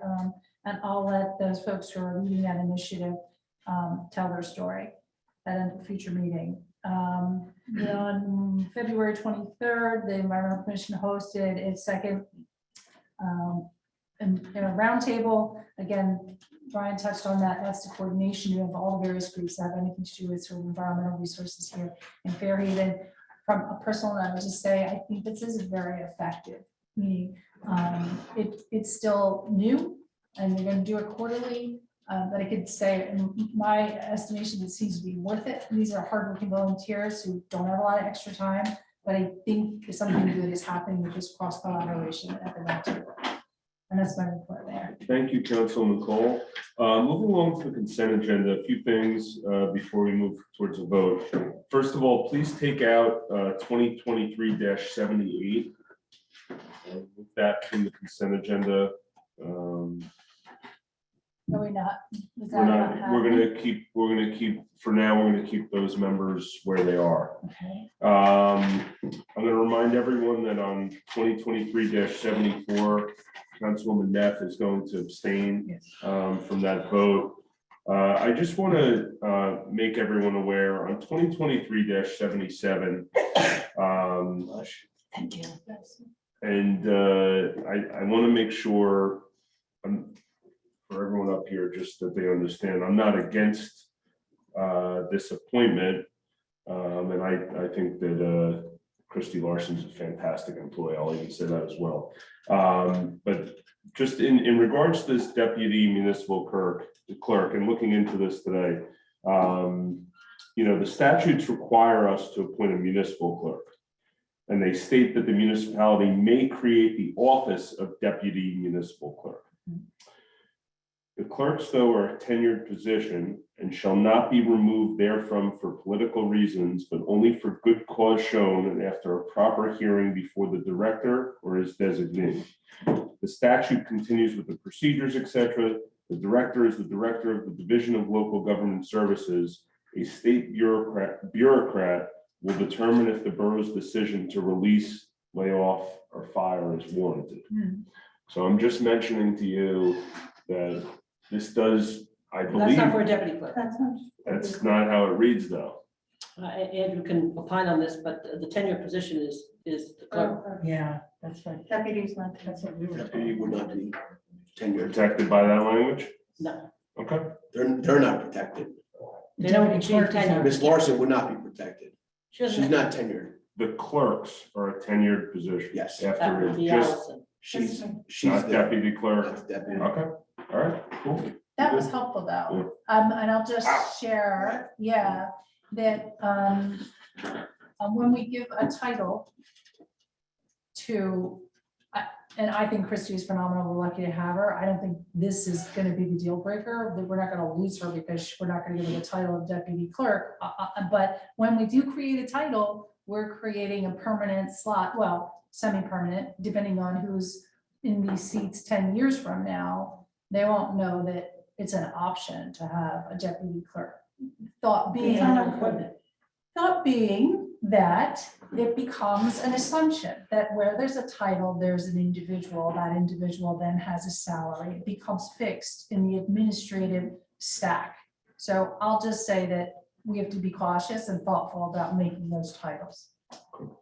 So we're gonna vote on 20, does anyone else have any questions on any of these So comments just, on any of the consent? So are agenda? you pulling that out? I'll get to that in one second. Okay. No, I was gonna keep that in there unless someone wanted to pull that. I just have something on something Sure, different. sure. On 2023-72, this has to do with the CDBG grant, and the only thing I wanted to clarify with Teresa is because it reads ADA improvements, which to my mind, although I don't want to make assumptions, that does not preclude any additional ADA improvements such as an active or assisted listening system, should that come in to play down the road. I know we don't know enough about that now, but is the resolution broadly worded enough? It's broadly worded enough. Okay, that was my only question. You bring up a great point, right? Can we, and we also want to make sure like the new 2021 code, right? That it doesn't matter which code you're evaluating, because that comes online, March, yeah, like 3 days. So just want to point that out too. thanks. Okay. Okay, so we're gonna be voting on 2023-68 through 77, and then again 79 through 80.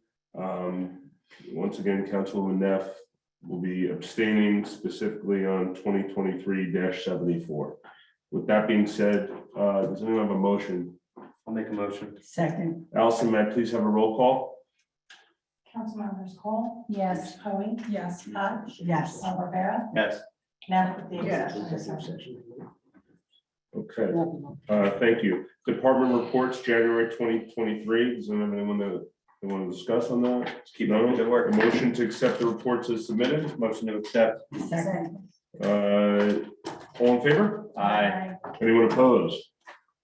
Okay, we are at the good of the borough portion of the meeting. Please stand and identify yourself by clearly stating your name and address for the record. Please try to observe a time limit of 3 minutes or we will send Bonnie Forcivia. You do need a code name. That's horrible. Does anyone in the public have a public comment? Go to the borough. No, Allison, is there anyone online? On Zoom? Mrs. Blazer has her hand up. Hi, Ruth. Hi there. It's been a lovely meeting. I have a couple questions. In your executive session, you say you are discussing property acquisition. And I know I can't ask who or where, but I am asking why. Is there some great plan that you are acquiring properties? Listed, 21 Fairhaven Road. Been talking about it for multiple years. Can you hear, were you able to hear Teresa, Ruth? Yes, I am. Yes, I am. Oh, Teresa said it's 21 Fairhaven Road, which is. Well, why are we trying to acquire it?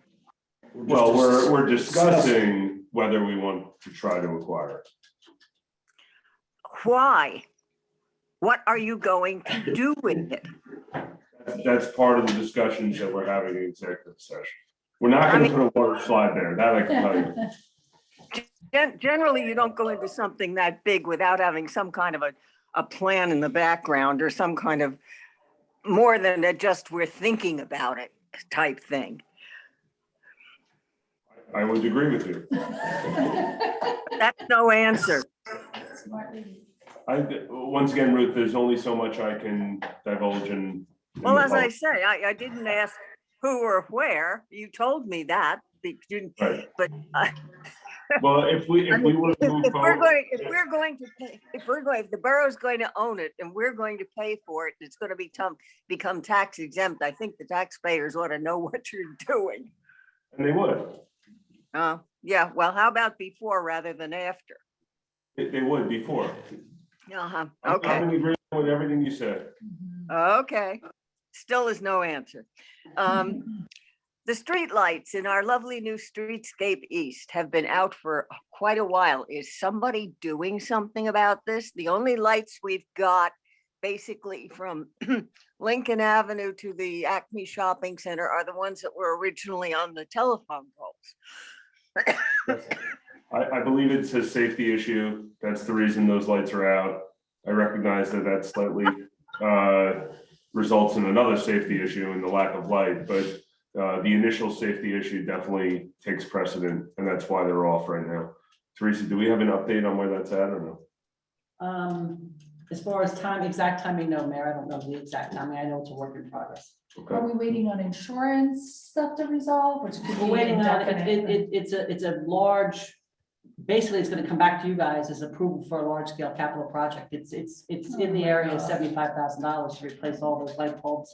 Then we're looking at upgrading all of the LEDs and making the colors consistent and making the globes consistent. So, you know, putting a project like that together, from a planning and practical perspective, you know, it will have to, you know, it's a big undertaking. There's a new They poll. went up. Hello, they went Yes, up. They went up within the year. Why wasn't this just done right the first time? Some of those lights are over 10 years old. Not in the new streetscape. These are No, the that's new true, but that- streetscape. Well, I'm not so sure they're being upgraded, Ruth. Some of them are being replaced because we've had many taken out by traffic accidents. And that's one of the issues, you know, in order to get them repaired, or in order to make sure they're safe when we cap them over, we had to turn some sections off. They're on, depending on what string they're on, you lose more than one light when. It's like a Christmas light string, Ruth. If there's one light out, the whole section needs to go out. And I believe that we had a live wire situation there. It just doesn't seem as if it's being taken care of promptly. The other thing I had mentioned a while back that in the past, the borough had made available to residents if they came with their buckets or their trucks or whatever to pick up composter chips from the yard.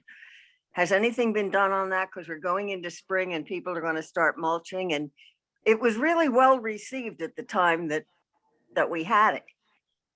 We don't have the bids, we don't grind the mulch multiple times like we had in the past under the current bid process, so it wouldn't make acceptable mulch. Also, I would caution anyone from using mulch from the brush site. It's going to be laden with invasives. You're just going to move it to your backyard. Poison ivy, poison All of sumac, it. all of it. It's You don't know actually what not you're gonna get. recommended unless you go through a proper cleaning process prior, which is Yeah. cost expensive. Were you able to hear that, Ruth? Yes, I was.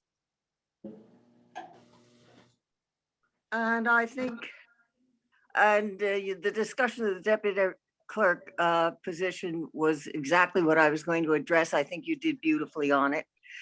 Thank you so much. Thank you, Ruth. Good night.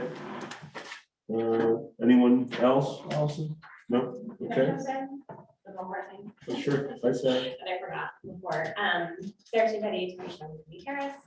On the topic of trees and enhanced river water access. I noticed today that the tree line from Cooney Terrace to the river on the east side, it appears that every tree over a certain size is marked with a pink engineering or pink tie. What's the word? Ribbon. You're talking about Borough's yard? No, What are you talking about? along the property that's being built on One Hands Road. It's the east side of If you're the. on Hands, you go all the way down, you pass me on the left. It actually starts before. Allison, do they have a permit? They did get permission to remove a few trees, but as part of their construction project, there's an extensive replanting plan. Okay. So they marked those trees. A lot of them, per Nick Bertinsky, are less than 10 inches in diameter. Those that are not are going to be replaced with some kind of extensive. And I think some are locusts too. There are some locusts, but Some of those trees are definitely larger than the ones with ribbons. Some of them are larger than 10 inches in diameter. I understand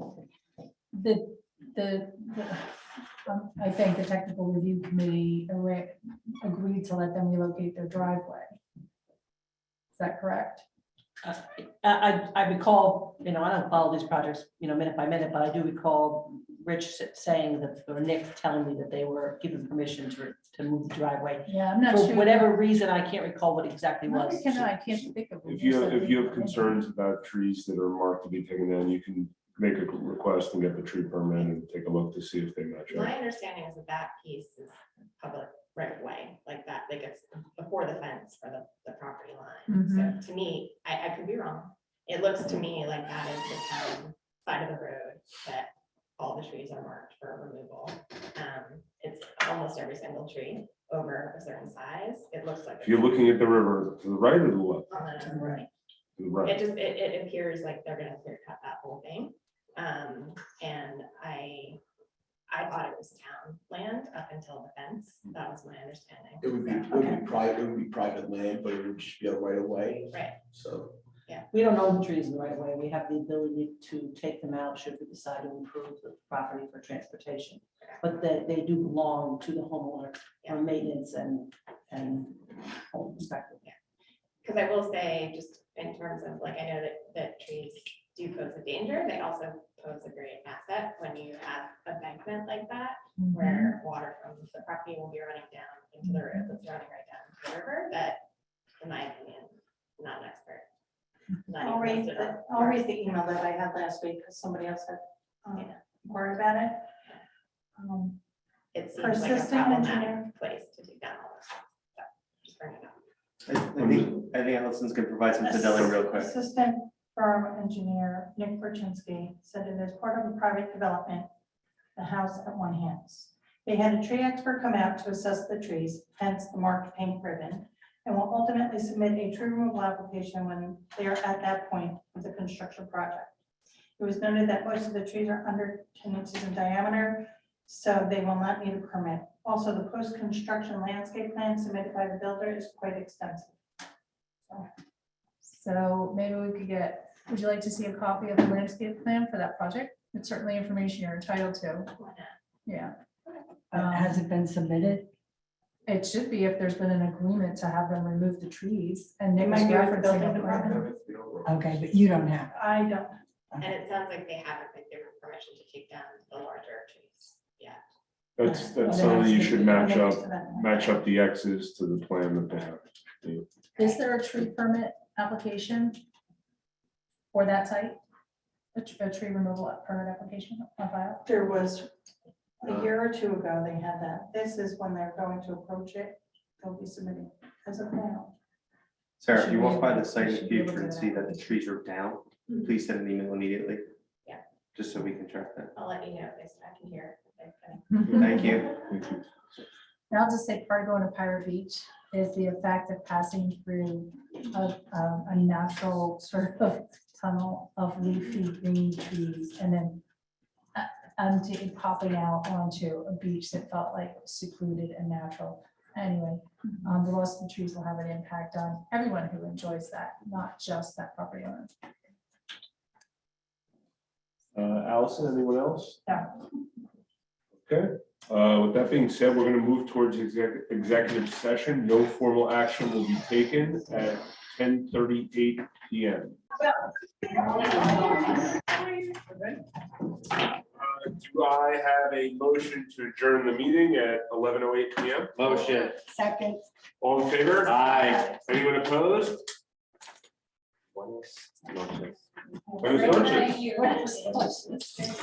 what I see, baby. Next meeting. Ciao, ciao.